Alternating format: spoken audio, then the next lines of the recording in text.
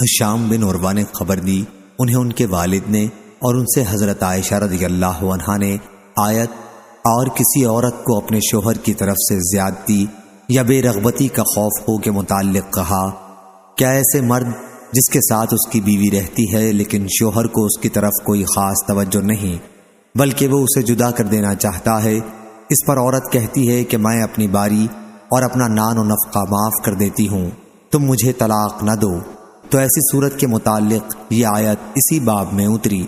صحیح بخاری حدیث نمبر 4601۔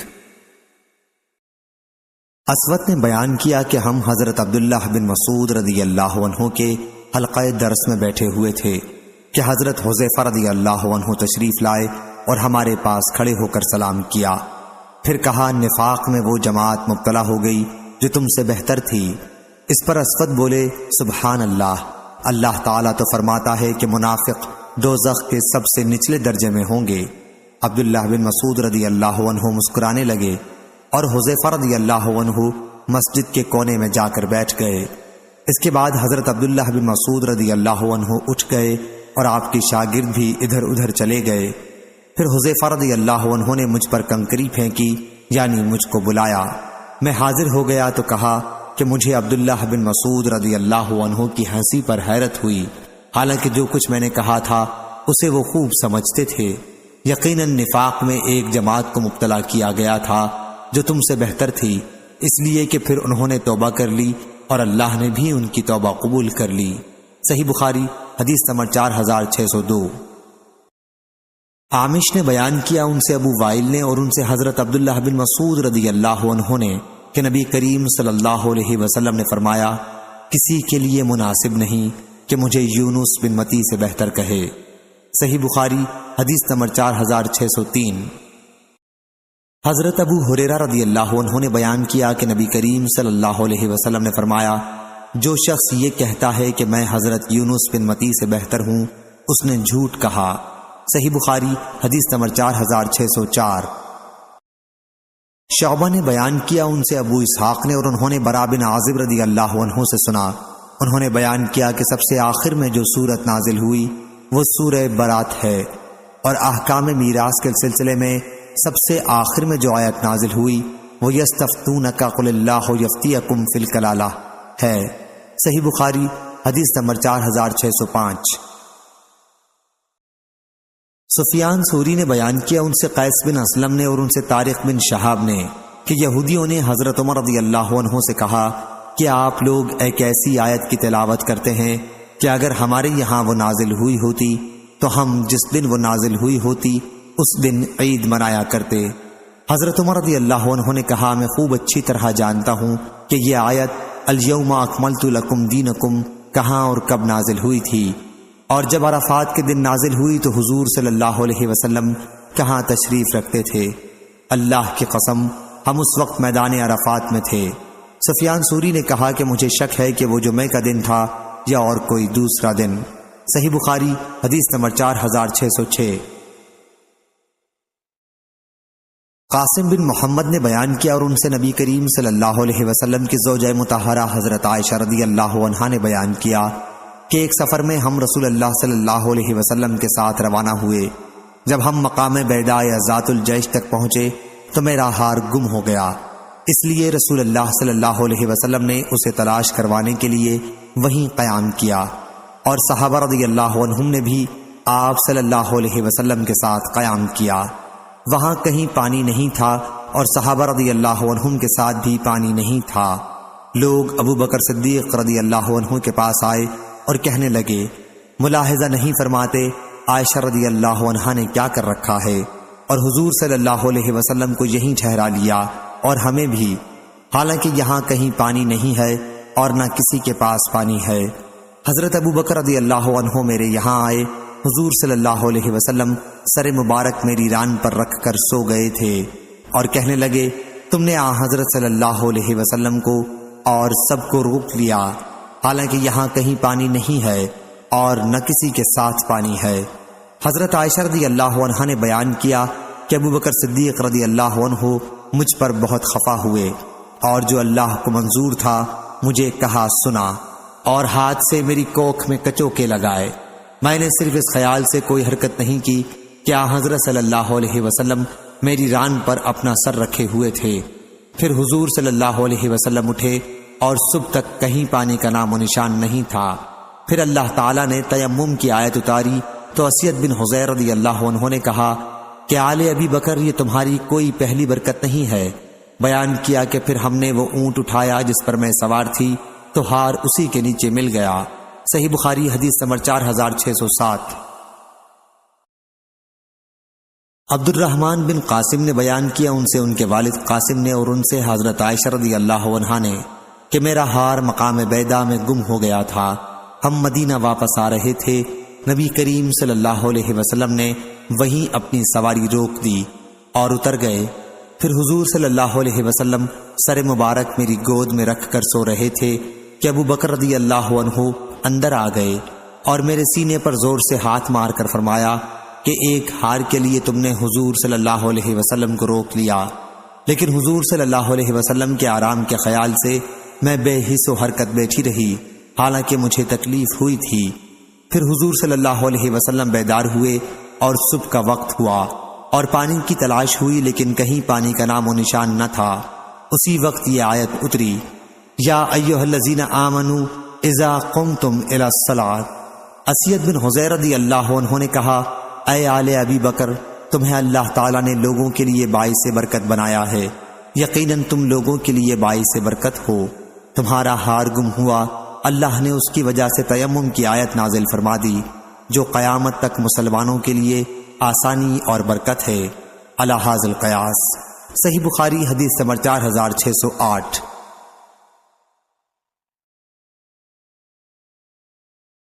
حضرت ابن مسعود رضی اللہ عنہ نے بیان کیا کہ میں حضرت مقداد بن اسود رضی اللہ عنہ کے قریب موجود تھا۔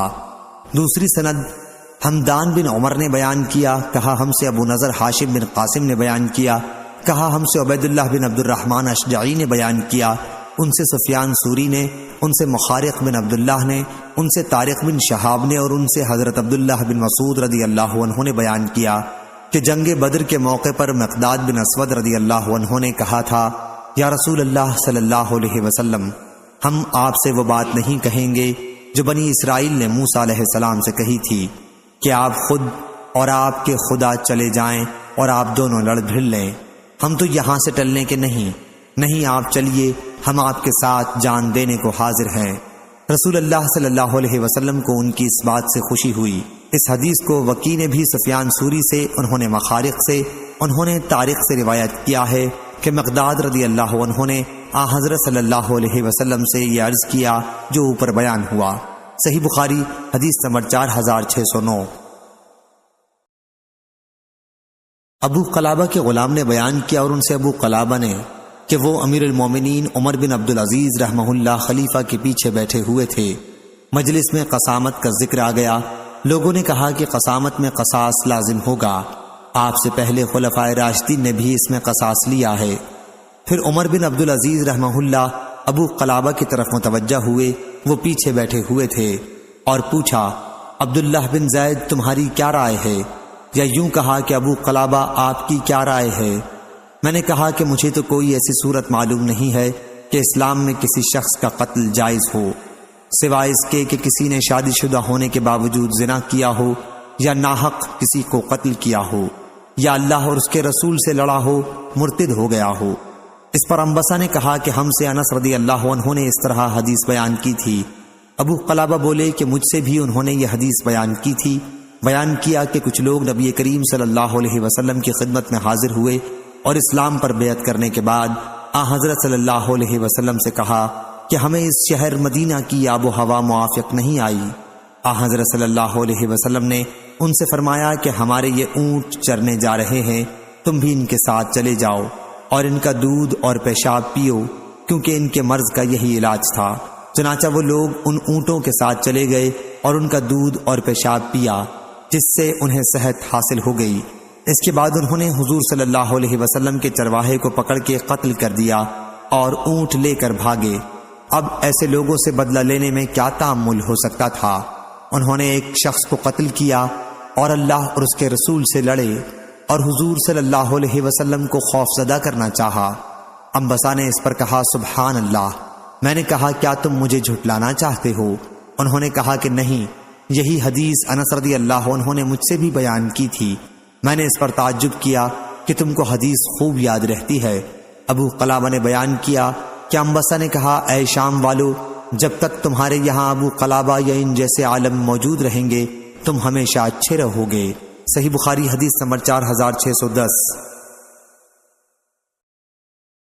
حضرت انس بن مالک رضی اللہ عنہ نے بیان کیا کہ ربی نے، جو انس رضی اللہ عنہ کی پھوپھی تھی، انصار کی ایک لڑکی کے آگے کے دانت توڑ دیے۔ لڑکی والوں نے قصاص چاہا اور نبی کریم صلی اللہ علیہ وسلم کی خدمت میں حاضر ہوئے۔ حضور صلی اللہ علیہ وسلم نے بھی قصاص کا حکم دیا۔ حضرت انس بن مالک رضی اللہ عنہ کے چچا انس بن نضر رضی اللہ عنہ نے کہا نہیں، اللہ کی قسم ان کا دانت نہ توڑا جائے گا۔ حضور اکرم صلی اللہ علیہ وسلم نے فرمایا انس، لیکن کتاب اللہ کا حکم قصاص ہی کا ہے۔ پھر لڑکی والے معافی پر راضی ہو گئے اور دیت لینا منظور کر لیا۔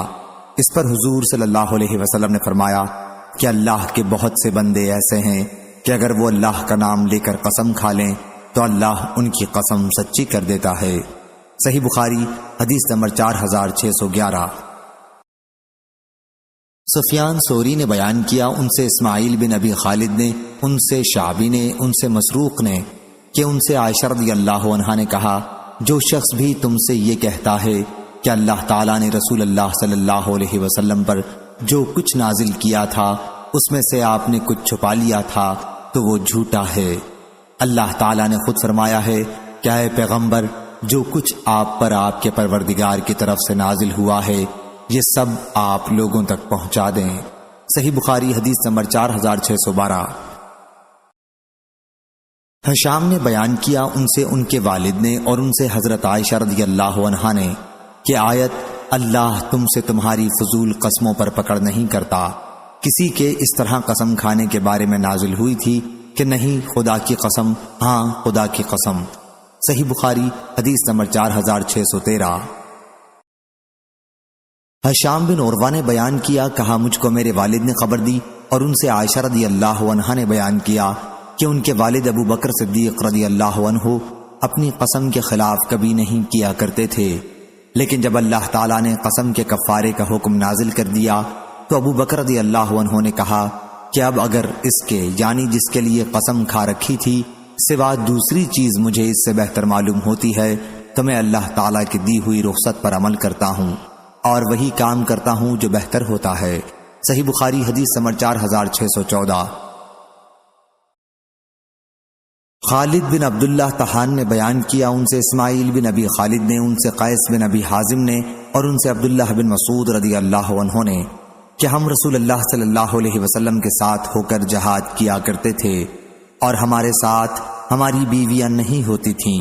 اس پر ہم نے عرض کیا کہ ہم اپنے کو خصی کیوں نہ کر لیں، لیکن حضرت صلی اللہ علیہ وسلم نے ہمیں اس سے روک دیا اور اس کے بعد ہمیں اس کی اجازت دی کہ ہم کسی عورت سے کپڑے یا کسی بھی چیز کے بدلے میں نکاح کر سکتے ہیں۔ پھر عبداللہ رضی اللہ عنہ نے یہ آیت پڑھی، اے ایمان والو، اپنے اوپر ان پاکیزہ چیزوں کو حرام نہ کرو جو اللہ نے تمہارے لیے جائز کی ہیں۔ صحیح بخاری حدیث نمبر 4615۔ حضرت ابن عمر رضی اللہ عنہ نے بیان کیا کہ جب شراب کی حرمت نازل ہوئی تو مدینے میں اس وقت 5 قسم کی شراب استعمال ہوتی تھی، لیکن انگوری شراب کا استعمال نہیں ہوتا تھا، بہرحال وہ بھی حرام قرار پائی۔ صحیح بخاری حدیث نمبر 4616۔ انس بن مالک رضی اللہ عنہ نے بیان کیا، ہم لوگ تمہاری فضیح کھجور سے بنائی ہوئی شراب کے سوا اور کوئی شراب استعمال نہیں کرتے تھے، یہی جس کا نام تم نے فضیح رکھ رکھا ہے میں کھڑا ابو طلحہ رضی اللہ عنہ کو پلا رہا تھا اور فلاں کو کہ ایک صاحب آئے اور کہا تمہیں کچھ خبر بھی ہے؟ لوگوں نے پوچھا کیا بات ہے؟ انہوں نے بتایا کہ شراب حرام قرار دی جا چکی ہے۔ فوراً ہی ان لوگوں نے کہا انس رضی اللہ عنہ اب ان شراب کے مٹکوں کو بہا دو۔ انہوں نے بیان کیا کہ ان کی اطلاع کے بعد پھر ان لوگوں نے اس میں سے ایک قطرہ بھی نہ مانگا اور نہ پھر اس کا استعمال کیا۔ صحیح بخاری حدیث نمبر 4617۔ جابر رضی اللہ عنہ نے بیان کیا کہ غزوہ احد میں بہت سے صحابہ رضی اللہ عنہم نے صبح شراب پی تھی اور اسی دن وہ سب شہید کر دیے گئے تھے۔ اس وقت شراب حرام نہیں ہوئی تھی، اس لیے وہ گنہگار نہیں ٹھہرے۔ صحیح بخاری حدیث نمبر 4618۔ حضرت عبداللہ بن عمر رضی اللہ عنہ نے بیان کیا کہ میں نے عمر رضی اللہ عنہ سے سنا، وہ نبی کریم صلی اللہ علیہ وسلم کے منبر پر کھڑے فرما رہے تھے، اما بعد، اے لوگو، جب شراب کی حرمت نازل ہوئی تو وہ 5 چیزوں سے تیار کی جاتی تھی: انگور، کھجور، شہد، گیہوں اور جو سے، اور شراب ہر وہ پینے کی چیز ہے جو عقل کو زائل کر دے۔ صحیح بخاری حدیث نمبر 4619۔ حماد بن زید نے بیان کیا، کہا ہم سے ثابت نے ان سے انس بن مالک رضی اللہ عنہ نے کہ حرمت نازل ہونے کے بعد جو شراب بہائی گئی تھی وہ فسیخ تھی۔ امام بخاری رحمہ اللہ نے بیان کیا کہ مجھ سے محمد نے ابو نعمان سے اس زیادتی کے ساتھ بیان کیا کہ انس رضی اللہ عنہ نے کہا، میں صحابہ کی ایک جماعت کو ابو طلحہ رضی اللہ عنہ کے گھر شراب پلا رہا تھا کہ شراب کی حرمت نازل ہوئی۔ حضرت صلی اللہ علیہ وسلم نے منادی کو حکم دیا اور انہوں نے اعلان کرنا شروع کیا۔ ابو طلحہ رضی اللہ عنہ نے کہا، باہر جا کے دیکھو یہ آواز کیسی ہے؟ بیان کیا کہ میں باہر آیا اور کہا کہ ایک منادی اعلان کر رہا ہے کہ خبردار ہو جاؤ، شراب حرام ہو گئی ہے۔ یہ سنتے ہی انہوں نے مجھ سے کہا کہ جاؤ اور شراب بہا دو۔ راوی نے بیان کیا مدینے کی گلیوں میں شراب بہنے لگی۔ راوی نے بیان کیا کہ ان دنوں فضیخ شراب استعمال ہوتی تھی۔ بعض لوگوں نے شراب کو جو اس طرح بہتے دیکھا تو کہنے لگے، معلوم ہوتا ہے کہ کچھ لوگوں نے شراب سے اپنا پیٹ بھر رکھا تھا اور اسی حالت میں انہیں قتل کر دیا گیا ہے۔ بیان کیا کہ پھر اللہ تعالیٰ نے یہ آیت نازل کی، جو لوگ ایمان رکھتے ہیں اور نیک کام کرتے رہتے ہیں ان پر اس چیز میں کوئی گناہ نہیں جس کو انہوں نے کھا لیا۔ صحیح بخاری حدیث نمبر 4620۔ حضرت انس رضی اللہ عنہ نے بیان کیا کہ ایک مرتبہ رسول اللہ صلی اللہ علیہ وسلم نے ایسا خطبہ دیا کہ میں نے ویسا خطبہ کبھی نہیں سنا تھا۔ آپ صلی اللہ علیہ وسلم نے فرمایا، جو کچھ میں جانتا ہوں اگر تمہیں بھی معلوم ہوتا تو تم ہنستے کم اور روتے زیادہ۔ بیان کیا کہ پھر حضور صلی اللہ علیہ وسلم کے صحابہ رضی اللہ عنہم نے اپنے چہرے چھپا لیے، باوجود ضبط کے ان کے رونے کی آواز سنائی دے رہی تھی۔ ایک صحابی نے اس موقع پر پوچھا، میرے والد کون ہیں؟ حضور صلی اللہ علیہ وسلم نے فرمایا کہ فلاں۔ اس پر یہ آیت نازل ہوئی کہ ایسی باتیں مت پوچھو کہ اگر تم پر ظاہر کر دی جائیں تو تمہیں ناگوار گزریں۔ اس کی روایت نظر اور روح بن عبادہ نے شعبہ سے کی ہے۔ صحیح بخاری حدیث نمبر 4621۔ ابن عباس رضی اللہ عنہ نے بیان کیا کہ بعض لوگ رسول اللہ صلی اللہ علیہ وسلم سے مذاقاً سوالات کیا کرتے تھے۔ کوئی شخص یوں پوچھتا کہ میرا باپ کون ہے، کسی کی اگر اونٹنی گم ہو جاتی تو وہ یہ پوچھتا کہ میری اونٹنی کہاں ہوگی۔ ایسے ہی لوگوں کے لیے اللہ تعالیٰ نے یہ آیت نازل کی، کیا اے ایمان والو، ایسی باتیں مت پوچھو کہ اگر تم پر ظاہری کر دی جائیں تو تمہیں ناگوار گزرے، یہاں تک کہ پوری آیت پڑھ کر سنائی۔ صحیح بخاری حدیث نمبر 4622۔ سعید بن مسیب نے بیان کیا کہ بحیرہ اس اونٹنی کو کہتے تھے جس کا دودھ بتوں کے لیے روک دیا جاتا اور کوئی شخص اس کے دودھ کو دہنے کا مجاز نہ سمجھا جاتا، اور سائبہ اس اونٹنی کو کہتے تھے جسے وہ اپنے دیوتاؤں کے نام پر آزاد چھوڑ دیتے اور اس سے بار برداری اور سواری وغیرہ کا کام نہ لیتے۔ سعید راوی نے بیان کیا کہ حضرت ابو ہریرہ رضی اللہ عنہ نے بیان کیا کہ رسول اللہ صلی اللہ علیہ وسلم نے فرمایا، میں نے عمرو بن عامر خزائی کو دیکھا کہ وہ اپنی آنتوں کو جہنم میں گھسیٹ رہا تھا۔ اس نے سب سے پہلے سانڈ چھوڑنے کی رسم نکالی تھی، اور وسیلہ اس جوان اونٹنی کو کہتے ہیں جو پہلی مرتبہ مادہ بچہ جنتی اور پھر دوسری مرتبہ بھی مادہ ہی جنتی، اسے بھی وہ بتوں کے نام پر چھوڑ دیتے تھے، لیکن اسی صورت میں جبکہ وہ برابر 2 مرتبہ مادہ بچہ جنتی اور اس کے درمیان میں کوئی نر بچہ نہ ہوتا، اور حام وہ نر اونٹ جو مادے پر شمار سے کئی دفعہ چڑھتا، اس کے نطفے سے 10 بچے پیدا ہو جاتے۔ جب وہ اتنی صحبتیں کر چکتا تو اس کو بھی بتوں کے نام پر چھوڑ دیتے اور بوجھ لادنے سے معاف کر دیتے، نہ سواری کرتے، اس کا نام حام رکھتے۔ اور ابو الیمان حکیم بن نافع نے کہا ہم کو شعیب نے خبر دی، انہوں نے ظاہری سے سنا، کہا میں نے سعید بن مسیب سے یہی حدیث سنی جو اوپر گزری۔ سعید نے کہا ابو ہریرہ رضی اللہ عنہ نے کہا میں نے آن حضرت صلی اللہ علیہ وسلم سے سنا، وہی عمرو بن عامر خزائی کا قصہ جو اوپر گزرا۔ اور یزید بن عبداللہ بن ہاد نے بھی اس حدیث کو ابن شہاب سے روایت کیا، انہوں نے سعید بن مسیب سے، انہوں نے ابو ہریرہ رضی اللہ عنہ سے کہا میں نے آن حضرت صلی اللہ علیہ وسلم سے سنا۔ صحیح بخاری حدیث نمبر 4623۔ یونس نے بیان کیا، ان سے ظاہری نے، ان سے عروہ نے، اور ان سے حضرت عائشہ رضی اللہ عنہا نے بیان کیا کہ رسول اللہ صلی اللہ علیہ وسلم نے فرمایا میں نے جہنم کو دیکھا کہ اس کے بعض حصے بعض دوسرے حصوں کو کھائے جا رہے ہیں، اور میں نے عمرو بن عامر خزائی کو دیکھا کہ وہ اپنی آنتیں اس میں گھسیٹتا پھر رہا تھا۔ یہی وہ شخص ہے جس نے سب سے پہلے سانڈ چھوڑنے کی رسم ایجاد کی تھی۔ صحیح بخاری حدیث نمبر 4624۔ حضرت ابن عباس رضی اللہ عنہ نے بیان کیا کہ رسول اللہ صلی اللہ علیہ وسلم نے خطبہ دیا اور فرمایا اے لوگو، تم اللہ کے پاس جمع کیے جاؤ گے، ننگے پاؤں، ننگے جسم اور بغیر ختنہ کے۔ پھر آپ نے یہ آیت پڑھی جس طرح ہم نے اول بار پیدا کرنے کے وقت ابتدا کی تھی اسی طرح اسے دوبارہ زندہ کر دیں گے، ہمارے ذمہ وعدہ ہے، ہم ضرور اسے کر کے ہی رہیں گے، آخر آیت تک۔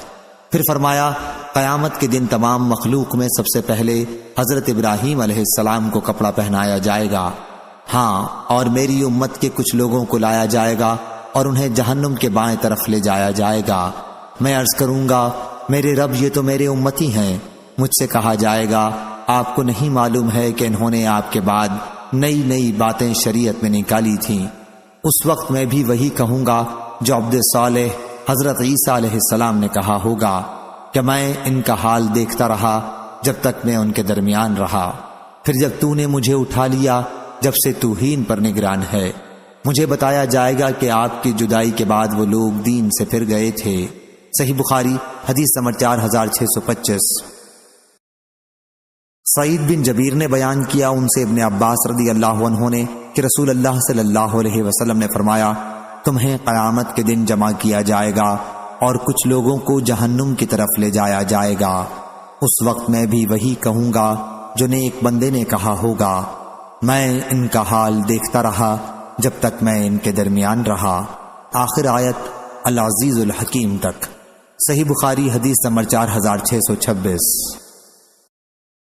ابراہیم بن سعد نے بیان کیا، ان سے ابن شہاب نے، ان سے سالم بن عبداللہ نے، اور ان سے ان کے والد عبداللہ بن عمر رضی اللہ عنہ نے کہ رسول اللہ صلی اللہ علیہ وسلم نے فرمایا غیب کے خزانچے 5 ہیں، جیسا کہ ارشاد باری ہے بے شک اللہ ہی کو قیامت کی خبر ہے اور وہی جانتا ہے کہ رحموں میں کیا ہے، اور کوئی بھی نہیں جان سکتا کہ وہ کل کیا عمل کرے گا، اور نہ کوئی یہ جان سکتا ہے کہ وہ کس زمین پر مرے گا، بے شک اللہ ہی علم والا ہے، خبر رکھنے والا ہے۔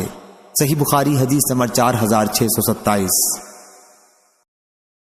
حضرت جابر رضی اللہ عنہ نے بیان کیا کہ جب یہ آیت قل هو القادر علی ان یبعث علیکم عذابا من فوقکم نازل ہوئی تو رسول اللہ صلی اللہ علیہ وسلم نے کہا اے اللہ میں تیرے منہ کی پناہ مانگتا ہوں۔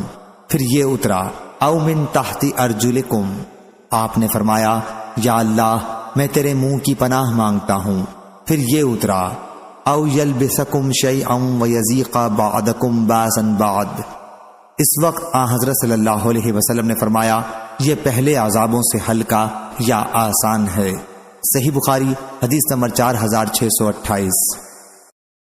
عبداللہ رضی اللہ عنہ نے بیان کیا کہ جب آیت وَلَمْ يَلْبِسُوا أَيْمَانَهُمْ بِظُلْمٍ نازل ہوئی تو صحابہ رضی اللہ عنہم نے کہا ہم میں کون ہوگا جس کا دامن ظلم سے پاک ہو؟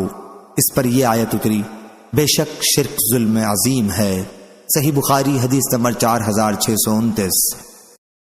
ابو العالیہ نے بیان کیا کہ مجھ سے تمہارے نبی کے چچزاد بھائی یعنی ابن عباس رضی اللہ عنہ نے بیان کیا کہ نبی کریم صلی اللہ علیہ وسلم نے فرمایا کسی کے لیے مناسب نہیں کہ مجھے یونس بن متا علیہ السلام سے بہتر بتائے۔ صحیح بخاری حدیث نمبر 4630۔ سعد بن ابراہیم نے خبر دی، انہوں نے کہا میں نے حمید بن عبد الرحمن بن عوف سے سنا، انہوں نے ابو ہریرہ رضی اللہ عنہ سے کہ نبی کریم صلی اللہ علیہ وسلم نے فرمایا کسی شخص کے لیے جائز نہیں کہ مجھے یونس بن متی علیہ السلام سے بہتر بتائے۔ صحیح بخاری حدیث نمبر 4631۔ مجاہد نے خبر دی کہ انہوں نے حضرت ابن عباس رضی اللہ عنہ سے پوچھا کہ سورہ صاد میں سجدہ ہے؟ ابن عباس رضی اللہ عنہ نے بتلایا ہاں۔ پھر آپ نے آیت وَوَهَبْنَا سے فَبِهُدَاهُ مُقْتَدِهُ تک پڑھی اور کہا داؤد علیہ السلام بھی ان انبیاء میں شامل ہیں جن کا ذکر آیت میں ہوا ہے۔ یزید بن ہارون، محمد بن عبید اور سہل بن یوسف نے عوام بن حوشب سے، ان سے مجاہد نے بیان کیا کہ میں نے ابن عباس رضی اللہ عنہ سے پوچھا تو انہوں نے کہا تمہارے نبی بھی ان میں سے ہیں جنہیں اگلے انبیاء کی اقتداء کا حکم دیا گیا ہے۔ صحیح بخاری حدیث نمبر 4632۔ عطا نے بیان کیا کہ انہوں نے جابر بن عبداللہ رضی اللہ عنہ سے سنا، انہوں نے نبی کریم صلی اللہ علیہ وسلم سے سنا، حضرت صلی اللہ علیہ وسلم نے فرمایا اللہ یہودیوں کو غارت کرے۔ جب اللہ تعالیٰ نے ان پر مردہ جانوروں کی چربی حرام کر دی تو اس کا تیل نکال کر اسے بیچنے اور کھانے لگے۔ اور ابو عاصم نے بیان کیا، ان سے عبد الحمید نے بیان کیا، ان سے یزید نے بیان کیا، انہیں عطا نے لکھا تھا کہ میں نے جابر رضی اللہ عنہ سے سنا اور انہوں نے نبی کریم صلی اللہ علیہ وسلم سے۔ صحیح بخاری حدیث نمبر 4633۔ عبداللہ رضی اللہ عنہ نے کہا کہ اللہ سے زیادہ اور کوئی غیرت مند نہیں، یہی وجہ ہے کہ اس نے بے حیائیوں کو حرام قرار دیا ہے، خواہ وہ ظاہر ہوں خواہ پوشیدہ، اور اللہ کو اپنی تعریف سے زیادہ اور کوئی چیز پسند نہیں، یہی وجہ ہے کہ اس نے اپنی خود مدح کی ہے۔ عمرو بن مرہ نے بیان کیا کہ میں نے پوچھا آپ نے یہ حدیث خود عبداللہ بن مسعود رضی اللہ عنہ سے سنی تھی؟ انہوں نے بیان کیا کہ ہاں۔ میں نے پوچھا اور انہوں نے رسول اللہ صلی اللہ علیہ وسلم کے حوالے سے حدیث بیان کی تھی؟ کہا کہ ہاں۔ صحیح بخاری حدیث نمبر 4634۔ حضرت ابو ہریرہ رضی اللہ عنہ نے بیان کیا کہ رسول اللہ صلی اللہ علیہ وسلم نے فرمایا اس وقت تک قیامت قائم نہ ہوگی جب تک سورج مغرب سے طلوع نہ ہو لے۔ جب لوگ اسے دیکھیں گے تو ایمان لائیں گے، لیکن یہ وہ وقت ہوگا جب کسی ایسے شخص کو اس کا ایمان کوئی نفع نہ دے گا جو پہلے سے ایمان نہ رکھتا ہو۔ صحیح بخاری حدیث نمبر 4635۔ حضرت ابو ہریرہ رضی اللہ عنہ نے بیان کیا کہ رسول اللہ صلی اللہ علیہ وسلم نے فرمایا قیامت اس وقت تک قائم نہ ہوگی جب تک سورج مغرب سے نہ طلوع ہو لے۔ جب مغرب سے سورج طلوع ہوگا اور لوگ دیکھ لیں گے تو سب ایمان لائیں گے، لیکن یہ وقت ہوگا جب کسی کو اس کا ایمان نفع نہ دے گا۔ پھر آپ صلی اللہ علیہ وسلم نے اس آیت کی تلاوت کی۔ صحیح بخاری حدیث نمبر 4636۔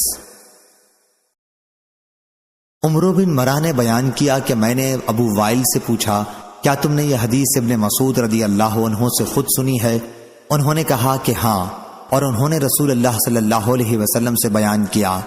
حضرت صلی اللہ علیہ وسلم نے فرمایا کہ اللہ سے زیادہ اور کوئی غیرت مند نہیں ہے، اس لیے اس نے بے حیائیوں کو حرام کیا، خواہ ظاہر میں ہوں یا پوشیدہ، اور اللہ سے زیادہ اپنی مداح کو پسند کرنے والا اور کوئی نہیں، اسی لیے اس نے اپنے نفس کی خود تعریف کی ہے۔ صحیح بخاری حدیث نمبر 4637۔ سفیان ثوری نے بیان کیا، ان سے عمرو بن یحییٰ مازنی نے، ان سے ان کے والد یحییٰ مازنی نے، اور ان سے حضرت ابو سعید خدری رضی اللہ عنہ نے بیان کیا کہ ایک یہودی رسول اللہ صلی اللہ علیہ وسلم کی خدمت میں حاضر ہوا، اس کے منہ پر کسی نے تمانچہ مارا تھا۔ اس نے کہا اے محمد صلی اللہ علیہ وسلم، آپ کے انصاری صحابہ میں سے ایک شخص نے مجھے تمانچہ مارا ہے۔ حضرت صلی اللہ علیہ وسلم نے فرمایا انہیں بلاؤ۔ لوگوں نے انہیں بلایا، پھر آپ صلی اللہ علیہ وسلم نے ان سے پوچھا کہ تم نے اسے تمانچہ کیوں مارا ہے؟ اس نے عرض کیا یا رسول اللہ صلی اللہ علیہ وسلم، میں یہودیوں کی طرف سے گزرا تو میں نے سنا کہ یہ کہہ رہا تھا اس ذات کی قسم جس نے موسیٰ علیہ السلام کو تمام انسانوں پر فضیلت دی۔ میں نے کہا اور محمد صلی اللہ علیہ وسلم پر بھی۔ مجھے اس کی بات پر غصہ آ گیا اور میں نے اسے تمانچہ مار دیا۔ حضرت صلی اللہ علیہ وسلم نے اس پر فرمایا مجھے انبیاء پر فضیلت نہ دیا کرو۔ قیامت کے دن تمام لوگ بے ہوش کر دیے جائیں گے، سب سے پہلے میں ہوش میں آؤں گا، لیکن میں موسیٰ علیہ السلام کو دیکھوں گا کہ وہ عرش کا ایک پایا پکڑے کھڑے ہوں گے۔ اب مجھے نہیں معلوم کہ وہ مجھ سے پہلے ہوش میں آ گئے یا طور کی بے ہوشی کا انہیں بدلہ دیا گیا۔ صحیح بخاری حدیث نمبر 4638۔ شعبہ نے بیان کیا، ان سے عبد الملک نے، ان سے عمرو بن حریث نے، اور ان سے سعید بن زید رضی اللہ عنہ نے کہ نبی کریم صلی اللہ علیہ وسلم نے فرمایا، کھمبی من میں سے ہے اور اس کا پانی آنکھوں کے لیے شفا ہے۔ صحیح بخاری حدیث نمبر 4639۔ ابو ادریس خولانی نے بیان کیا، کہا کہ میں نے ابو درداء رضی اللہ عنہ سے سنا، انہوں نے بیان کیا کہ ابو بکر رضی اللہ عنہ اور عمر رضی اللہ عنہ کے درمیان کچھ بحث سی ہو گئی تھی۔ حضرت عمر رضی اللہ عنہ حضرت ابو بکر رضی اللہ عنہ پر غصہ ہو گئے اور ان کے پاس آنے لگے۔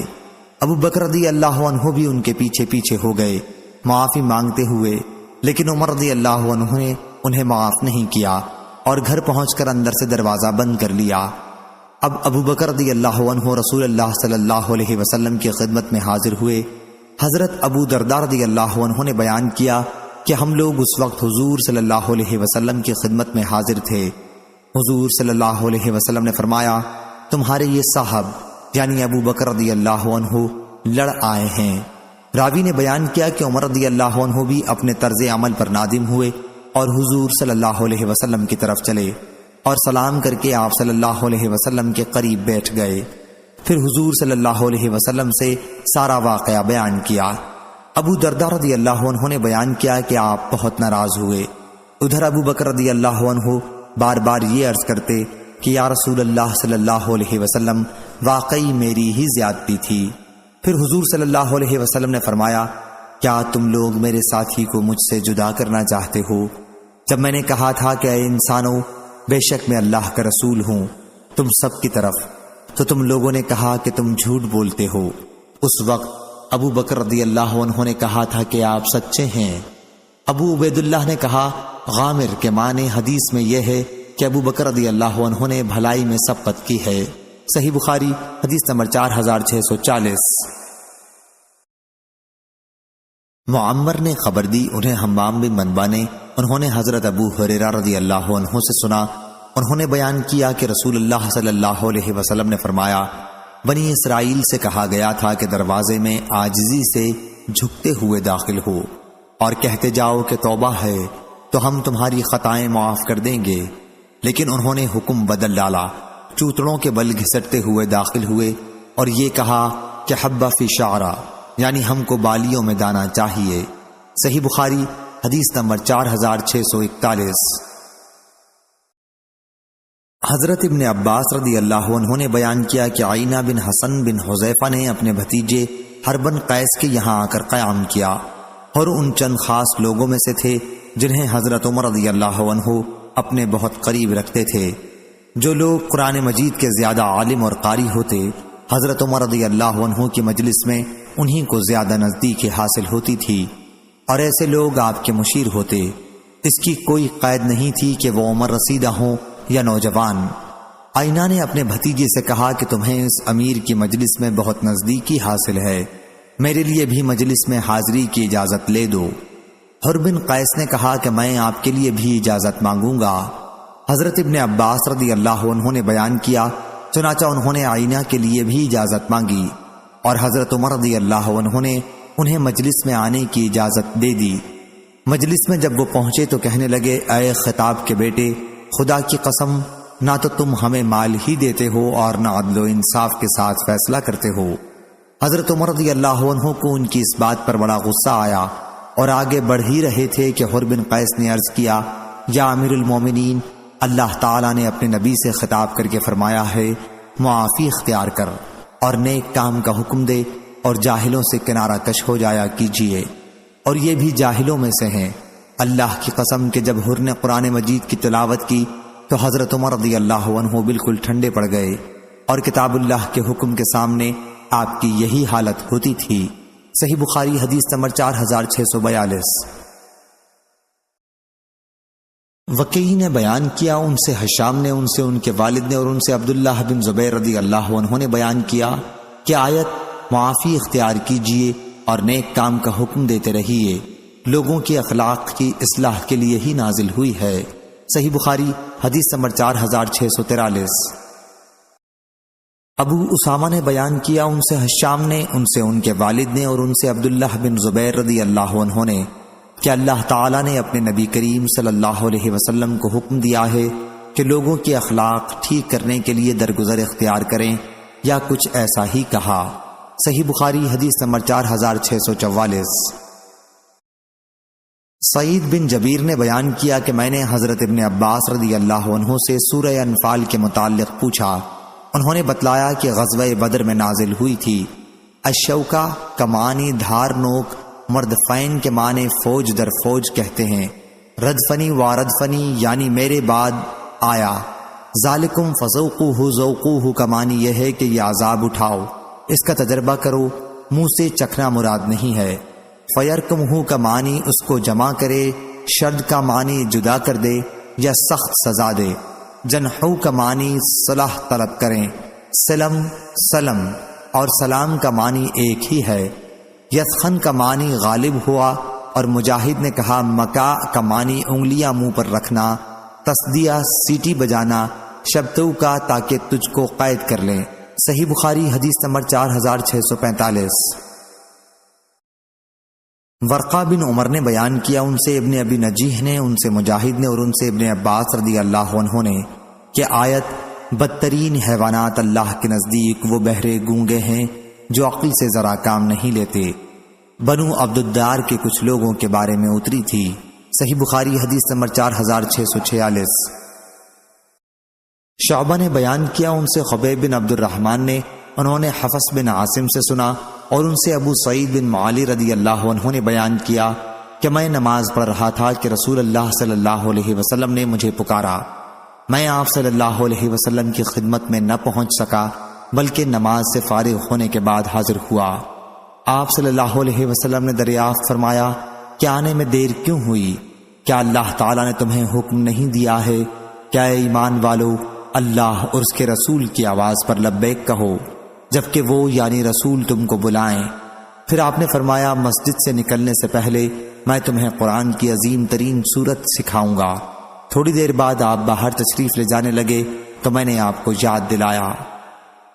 اور معاذ بن معاذ عنبری نے اس حدیث کو یوں روایت کیا کہ ہم سے شعبہ نے بیان کیا، ان سے خبیب نے، انہوں نے حفص سے سنا، اور انہوں نے ابو سعید بن معالی رضی اللہ عنہ سے جو نبی کریم صلی اللہ علیہ وسلم کے صحابی تھے سنا، اور انہوں نے بیان کیا وہ سورت الحمدللہ رب العالمین ہے جس میں 7 آیتیں ہیں جو ہر نماز میں مکرر پڑھی جاتی ہیں۔ صحیح بخاری حدیث نمبر 4647۔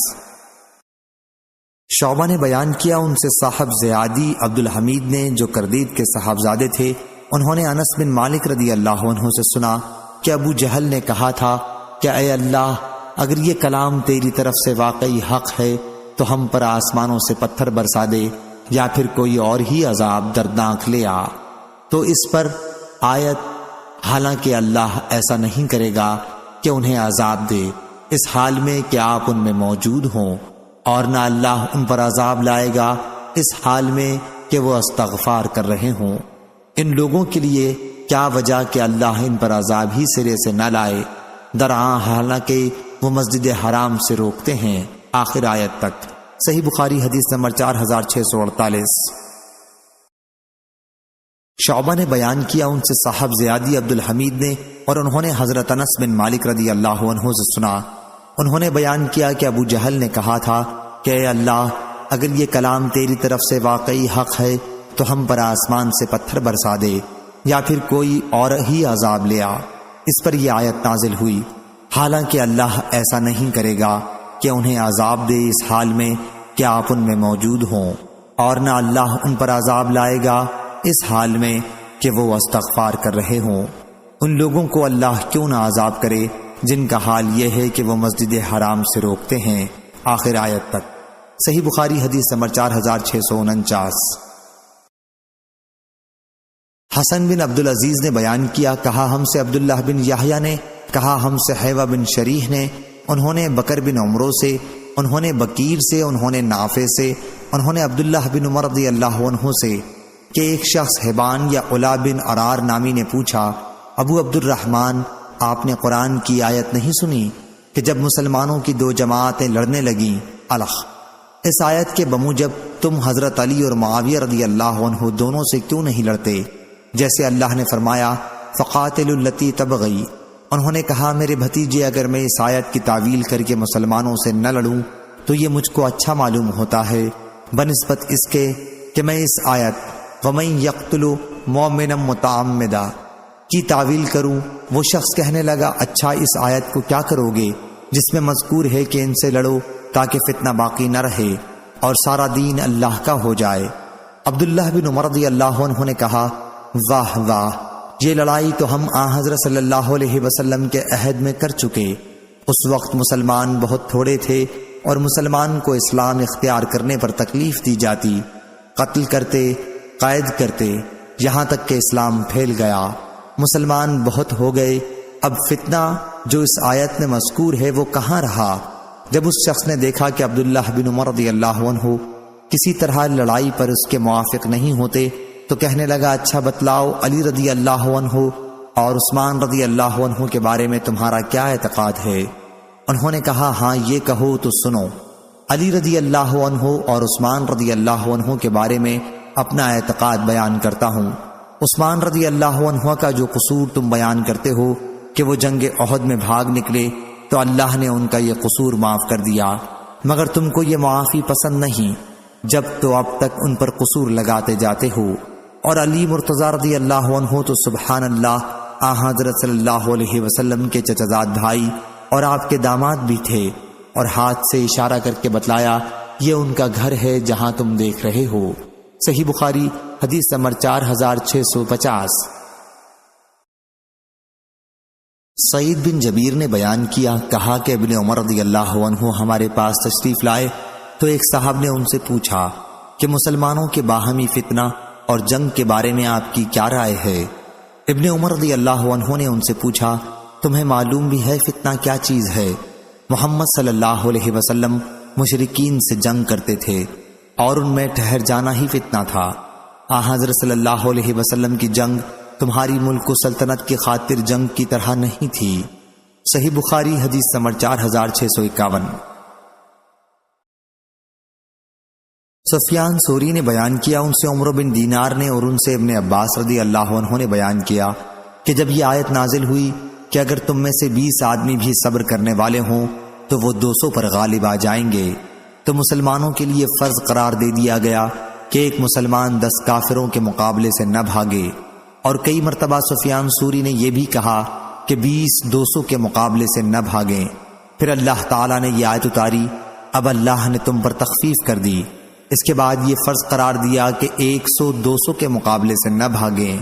سفیان ثوری نے ایک مرتبہ اس زیادتی کے ساتھ روایت بیان کی کہ آیت نازل ہوئی، اے نبی مومنوں کو قتال پر آمادہ کرو اگر تم میں سے 20 آدمی صبر کرنے والے ہوں گے۔ سفیان ثوری نے بیان کیا اور ان سے عبداللہ بن شبرمہ کوفہ کے قاضی نے بیان کیا کہ میرا خیال ہے امر بالمعروف اور نہی عن المنکر میں بھی یہی حکم ہے۔ صحیح بخاری حدیث نمبر 4652۔ حضرت ابن عباس رضی اللہ عنہ نے بیان کیا کہ جب یہ آیت اتری اگر تم میں سے 20 آدمی بھی صبر کرنے والے ہوں گے تو وہ 200 پر غالب آ جائیں گے، تو مسلمانوں پر سخت گزرا، کیونکہ اس آیت میں ان پر یہ فرض قرار دے دیا گیا تھا کہ ایک مسلمان 10 کافروں کے مقابلے سے نہ بھاگے، اس لیے اس کے بعد تخفیف کی گئی، اور اللہ تعالیٰ نے فرمایا اب اللہ نے تم سے تخفیف کر دی اور معلوم کر لیا کہ تم میں جوش کی کمی ہے، سو اب اگر تم میں 100 صبر کرنے والے ہوں گے تو وہ 200 پر غالب آ جائیں گے۔ حضرت ابن عباس رضی اللہ عنہ نے کہا کہ تعداد کی اس کمی سے اتنی ہی مسلمانوں کے صبر میں کمی ہو گئی۔ صحیح بخاری حدیث نمبر 4653۔ شعبہ نے بیان کیا، ان سے ابو اسحاق نے کہ میں نے برا بن عازب رضی اللہ عنہ سے سنا، انہوں نے کہا کہ سب سے آخر میں یہ آیت نازل ہوئی تھی، یستفتونک قل اللہ یفتیکم فی الکلالہ، اور سب سے آخر میں سورہ برت نازل ہوئی۔ صحیح بخاری حدیث نمبر 4654۔ ابو ہریرہ رضی اللہ عنہ نے کہا، ابو بکر صدیق رضی اللہ عنہ نے اس حج کے موقع پر جس کا حضرت صلی اللہ علیہ وسلم نے انہیں امیر بنایا تھا، مجھے بھی ان اعلان کرنے والوں میں رکھا تھا جنہیں حضرت صلی اللہ علیہ وسلم نے یوم نحر میں اس لیے بھیجا تھا کہ اعلان کر دیں کہ آئندہ سال سے کوئی مشرک حج کرنے نہ آئے اور کوئی شخص بیت اللہ کا طواف ننگے ہو کر نہ کرے۔ حمید بن عبد الرحمن نے کہا، پھر اس کے بعد حضرت صلی اللہ علیہ وسلم نے حضرت علی رضی اللہ عنہ کو پیچھے سے بھیجا اور انہیں سورہ برت کے احکام کے اعلان کرنے کا حکم دیا۔ حضرت ابو ہریرہ رضی اللہ عنہ نے کہا، چنانچہ ہمارے ساتھ حضرت علی رضی اللہ عنہ نے بھی یوم نحر ہی میں سورہ برت کا اعلان کیا اور اس کا کہ آئندہ سال سے کوئی مشرک حج نہ کرے اور نہ کوئی ننگے ہو کر طواف کرے۔ صحیح بخاری حدیث نمبر 4655۔ حضرت ابو ہریرہ رضی اللہ عنہ نے کہا، حضرت ابو بکر صدیق رضی اللہ عنہ نے حج کے موقع پر جس کا حضرت صلی اللہ علیہ وسلم نے انہیں امیر بنایا تھا، مجھ کو ان اعلان کرنے والوں میں رکھا تھا جنہیں آپ نے یوم نحر میں بھیجا تھا، منا میں یہ اعلان کرنے کے لیے کہ اس سال کے بعد کوئی مشرک حج کرنے نہ آئے اور نہ کوئی شخص بیت اللہ کا طواف ننگا ہو کر کرے۔ حمید نے کہا کہ پھر پیچھے سے نبی کریم صلی اللہ علیہ وسلم نے حضرت علی رضی اللہ عنہ کو بھیجا اور انہیں حکم دیا کہ سورہ برت کا اعلان کر دیں۔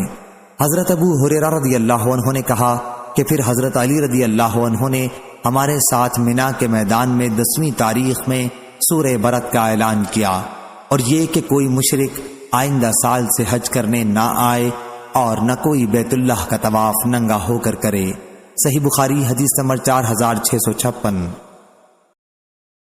حضرت ابو ہریرہ رضی اللہ عنہ نے خبر دی کہ حضرت ابو بکر صدیق رضی اللہ عنہ نے اس حج کے موقع پر جس کا انہیں رسول اللہ صلی اللہ علیہ وسلم نے امیر بنایا تھا، حجۃ الوداع سے 1 سال پہلے 9 ہجری میں انہیں بھی ان اعلان کرنے والوں میں رکھا تھا جنہیں لوگوں میں آپ نے یہ اعلان کرنے کے لیے بھیجا تھا کہ آئندہ سال سے کوئی مشرک حج کرنے نہ آئے اور نہ کوئی بیت اللہ کا طواف ننگے ہو کر کرے۔ حمید نے کہا کہ حضرت ابو ہریرہ رضی اللہ عنہ کی اس حدیث سے معلوم ہوتا ہے کہ یوم نحر بڑے حج کا دن ہے۔ صحیح بخاری حدیث نمبر 4657۔ زید بن وہب نے بیان کیا کہ ہم حضرت حذیفہ بن یمان رضی اللہ عنہ کی خدمت میں حاضر تھے۔ انہوں نے کہا، یہ آیت جن لوگوں کے بارے میں اتری ان میں سے اب صرف 3 شخص باقی ہیں، اسی طرح منافقوں میں سے بھی اب 4 شخص باقی ہیں۔ اتنے میں ایک دیہاتی کہنے لگا، آپ تو حضرت صلی اللہ علیہ وسلم کے صحابی ہیں، ہمیں ان لوگوں کے متعلق بتائیے کہ ان کا کیا حشر ہوگا جو ہمارے گھروں میں چھید کر کے اچھی چیزیں چرا کے لے جاتے ہیں۔ انہوں نے کہا کہ یہ لوگ فاسق بدکار ہیں، ہاں ان منافقوں میں 4 کے سوا اور کوئی باقی نہیں رہا ہے، اور ایک تو اتنا بوڑھا ہو چکا ہے کہ اگر ٹھنڈا پانی پیتا ہے تو اس کی ٹھنڈ کا بھی اسے پتہ نہیں چلتا۔ صحیح بخاری حدیث نمبر 4658۔ حضرت ابو ہریرہ رضی اللہ عنہ نے بیان کیا اور انہوں نے رسول اللہ صلی اللہ علیہ وسلم سے سنا، آپ فرما رہے تھے کہ تمہارا خزانہ جس میں سے زکوٰۃ نہ دی گئی ہو قیامت کے دن گنجے ناگ کی شکل اختیار کرے گا۔ صحیح بخاری حدیث نمبر 4659۔ زید بن وہب نے بیان کیا کہ میں مقام ربضہ میں ابو ذر غفاری رضی اللہ عنہ کی خدمت میں حاضر ہوا اور عرض کیا کہ اس جنگل میں آپ نے کیوں قیام کو پسند کیا؟ فرمایا کہ ہم شام میں تھے، مجھ میں اور وہاں کے حاکم معاویہ رضی اللہ عنہ میں اختلاف ہو گیا۔ میں نے یہ آیت پڑھی، اور جو لوگ سونا اور چاندی جمع کر کے رکھتے ہیں اور اس کو خرچ نہیں کرتے اللہ کی راہ میں، آپ انہیں ایک دردناک عذاب کی خبر سنا دیں۔ تو معاویہ رضی اللہ عنہ کہنے لگے کہ یہ آیت ہم مسلمانوں کے بارے میں نہیں ہے، جب وہ زکوٰۃ دیتے رہیں، بلکہ اہل کتاب کے بارے میں ہے۔ فرمایا کہ میں نے اس پر کہا کہ یہ ہمارے بارے میں بھی ہے اور اہل کتاب کے بارے میں بھی ہے۔ صحیح بخاری حدیث نمبر 4660۔ شبیب بن سعید نے بیان کیا، ان سے یونس نے، ان سے ابن شہاب نے، اور ان سے خالد بن اسلم نے کہ ہم عبداللہ بن عمر رضی اللہ عنہ کے ساتھ نکلے تو انہوں نے کہا کہ یہ مذکورہ بالا آیت زکوٰۃ کے حکم سے پہلے نازل ہوئی تھی، پھر جب زکوٰۃ کا حکم ہو گیا تو اللہ تعالیٰ نے زکوٰۃ سے مالوں کو پاک کر دیا۔ صحیح بخاری حدیث نمبر 4661۔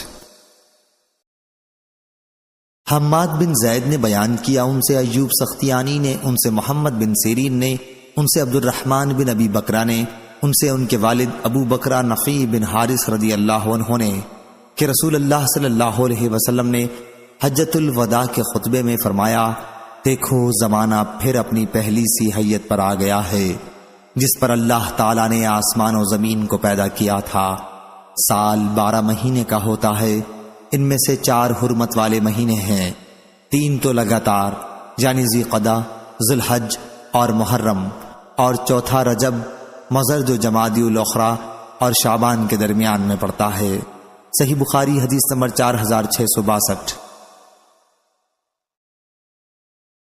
ابو بکر صدیق رضی اللہ عنہ نے بیان کیا، انہوں نے کہا کہ میں غار ثور میں نبی کریم صلی اللہ علیہ وسلم کے ساتھ تھا، میں نے کافروں کے پاؤں دیکھے جو ہمارے سر پر کھڑے ہوئے تھے۔ صدیق رضی اللہ عنہ گھبرا گئے اور بولے کہ یا رسول اللہ صلی اللہ علیہ وسلم، اگر ان میں سے کسی نے ذرا بھی قدم اٹھائے تو وہ ہم کو دیکھ لے گا۔ آپ نے فرمایا، تو کیا سمجھتا ہے ان 2 آدمیوں کو کوئی نقصان پہنچا سکے گا جن کے ساتھ تیسرا اللہ تعالی ہو؟ صحیح بخاری حدیث نمبر 4663۔ حضرت ابن عباس رضی اللہ عنہ نے بیان کیا کہ جب میرا عبداللہ بن زبیر رضی اللہ عنہ سے اختلاف ہو گیا تھا تو میں نے کہا کہ ان کے والد زبیر بن عوام رضی اللہ عنہ تھے، ان کی والدہ اسماء بنت ابو بکر رضی اللہ عنہا تھیں، ان کی خالہ عائشہ رضی اللہ عنہا تھیں، ان کے نانا ابو بکر رضی اللہ عنہ تھے، ان کے دادی حضور اکرم صلی اللہ علیہ وسلم کی پھوپھی صفیہ رضی اللہ عنہا تھیں۔ عبداللہ بن محمد نے بیان کیا کہ میں نے سفیان بن عینہ سے پوچھا کہ اس روایت کی سند کیا ہے، تو انہوں نے کہنا شروع کیا، حدثنا، ہم سے حدیث بیان کی، لیکن ابھی اتنا ہی کہنے پائے تھے کہ انہیں ایک دوسرے شخص نے دوسری باتوں میں لگا دیا اور راوی کا نام ابن جریج وہ نہ بیان کر سکے۔ صحیح بخاری حدیث نمبر 4664۔ ابن ابی ملیکہ نے بیان کیا کہ ابن عباس اور ابن زبیر رضی اللہ عنہ کے درمیان بیعت کا جھگڑا پیدا ہو گیا تھا، اور میں صبح کو ابن عباس رضی اللہ عنہ کی خدمت میں حاضر ہوا اور عرض کیا، آپ عبداللہ بن زبیر رضی اللہ عنہ سے جنگ کرنا چاہتے ہیں، اس کے باوجود کہ اللہ کے حرم کی بے حرمتی ہوگی۔ ابن عباس رضی اللہ عنہ نے فرمایا، معاذ اللہ، یہ تو اللہ تعالیٰ نے ابن زبیر رضی اللہ عنہ اور بنو امیہ ہی کے مقدر میں لکھ دیا ہے کہ وہ حرم کی بے حرمتی کریں، خدا کی قسم میں کسی صورت میں بھی اس بے حرمتی کے لیے تیار نہیں ہوں۔ ابن عباس رضی اللہ عنہ نے بیان کیا کہ لوگوں نے مجھ سے کہا تھا کہ ابن زبیر رضی اللہ عنہ سے بیعت کر لو، میں نے ان سے کہا کہ مجھے ان کی خلافت کو تسلیم کرنے میں کیا تعامل ہو سکتا ہے، ان کے والد حضرت صلی اللہ علیہ وسلم کے حواری تھے، آپ کی مراد زبیر بن عوام رضی اللہ عنہ سے تھی، ان کے نانا صاحب غار تھے، اشارہ ابو بکر صدیق رضی اللہ عنہ کی طرف تھا، ان کی والدہ صاحب نطاقین یعنی حضرت اسماء رضی اللہ عنہا، ان کی خالہ ام المومنین تھیں، مراد حضرت عائشہ رضی اللہ عنہا سے تھی، ان کی پھوپھی نبی کریم صلی اللہ علیہ وسلم کی زوجہ مطہرہ تھیں، مراد خدیجہ رضی اللہ عنہا سے تھی۔ حضرت ابن عباس رضی اللہ عنہ کی مراد ان باتوں سے یہ تھی کہ وہ بہت سی خوبیوں کے مالک ہیں اور حضور اکرم صلی اللہ علیہ وسلم کی پھوپھی ان کی دادی ہیں، اشارہ صفیہ رضی اللہ عنہا کی طرف تھا۔ اس کے علاوہ وہ خود اسلام میں ہمیشہ صاف کردار اور پاک دامن رہے اور قرآن کے عالم ہیں، اور خدا کی قسم اگر وہ مجھ سے اچھا برتاؤ کریں تو ان کو کرنا ہی چاہیے، وہ میرے بہت قریب کے رشتہ دار ہیں، اور اگر وہ مجھ پر حکومت کریں تو خیر حکومت کریں، وہ ہمارے برابر کے عزت والے ہیں۔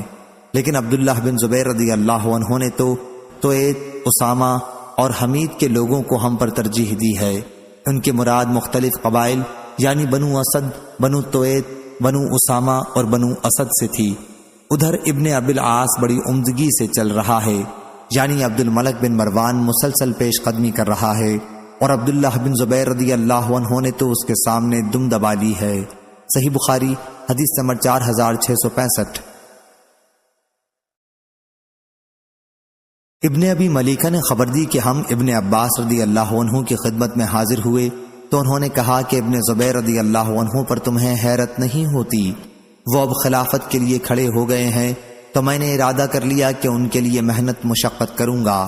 کیا ایسی محنت اور مشقت میں نے ابو بکر اور عمر رضی اللہ عنہ کے لیے بھی نہیں کی، حالانکہ وہ دونوں ان سے ہر حیثیت سے بہتر تھے۔ میں نے لوگوں سے کہا کہ وہ رسول اللہ صلی اللہ علیہ وسلم کی پھوپھی کی اولاد میں سے ہیں۔ زبیر رضی اللہ عنہ کے بیٹے، ابو بکر رضی اللہ عنہ کے نواسے، خدیجہ رضی اللہ عنہا کے بھائی کے بیٹے، عائشہ رضی اللہ عنہا کی بہن کے بیٹے۔ لیکن عبداللہ بن زبیر رضی اللہ عنہ نے کیا کیا؟ وہ مجھ سے غرور کرنے لگے۔ انہوں نے نہیں چاہا کہ میں ان کے خاص مصاحبوں میں رہوں۔ اپنے دل میں کہا، مجھ کو ہرگز یہ گمان نہ تھا کہ میں تو ان سے ایسی عاجزی کروں گا اور وہ اس پر بھی مجھ سے راضی نہ ہوں گے۔ خیر، اب مجھے امید نہیں کہ وہ میرے ساتھ بھلائی کریں گے۔ جو ہونا تھا وہ ہوا۔ اب بنو امیہ جو میرے چچا زاد بھائی ہیں اگر مجھ پر حکومت کریں تو یہ مجھ کو اوروں کے حکومت کرنے سے زیادہ پسند ہے۔ صحیح بخاری حدیث نمبر 4666۔ ابو سعید خدری رضی اللہ عنہ نے بیان کیا کہ نبی کریم صلی اللہ علیہ وسلم کے پاس کچھ مال آیا تو آپ نے 4 آدمیوں میں اسے تقسیم کر دیا جو 9 مسلم تھے، اور فرمایا کہ میں یہ مال دے کر ان کی دلجوئی کرنا چاہتا ہوں۔ اس پر بنو تمیم کا ایک شخص بولا، کیا آپ نے انصاف نہیں کیا؟ حضرت صلی اللہ علیہ وسلم نے فرمایا کہ اس شخص کی نسل سے ایسے لوگ پیدا ہوں گے جو دین سے باہر ہو جائیں گے۔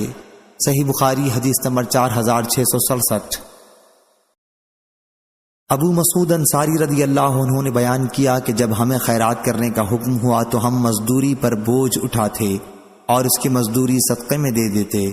چنانچہ ابو عقیل رضی اللہ عنہ اسی مزدوری سے آدھا سا خیرات لے کر آئے اور ایک دوسرے صحابی عبد الرحمن بن عوف رضی اللہ عنہ اس سے زیادہ لائے۔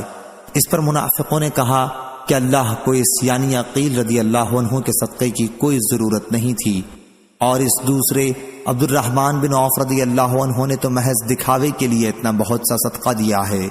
چنانچہ یہ آیت نازل ہوئی، کیا ایسے لوگ ہیں جو صدقات کے بارے میں نفل صدقہ دینے والے مسلمانوں پر طعن کرتے ہیں، اور خصوصاً ان لوگوں پر جنہیں بجز ان کی محنت مزدوری کے کچھ نہیں ملتا، آخر آیت تک۔ صحیح بخاری حدیث نمبر 4668۔ ابو مسعود انصاری رضی اللہ عنہ نے بیان کیا کہ رسول کریم صلی اللہ علیہ وسلم صدقے کی ترغیب دیتے تھے تو آپ کے بعد صحابہ رضی اللہ عنہم مزدوری کر کے لاتے اور بڑی مشکل سے 1 مد کا صدقہ کر سکتے، لیکن آج انہی میں بعض ایسے ہیں جن کے پاس لاکھوں درہم ہیں۔ غالباً ان کا اشارہ خود اپنی طرف تھا۔ حماد نے کہا، ہاں سچ ہے۔ صحیح بخاری حدیث نمبر 4669۔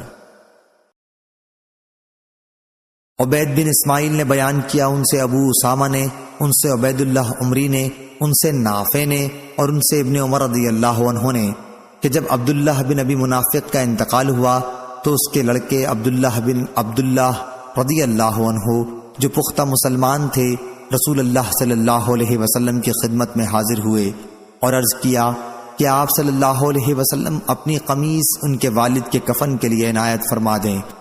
حضرت صلی اللہ علیہ وسلم نے قمیص عنایت فرمائی۔ پھر انہوں نے عرض کی کہ آپ صلی اللہ علیہ وسلم نماز جنازہ بھی پڑھا دیں۔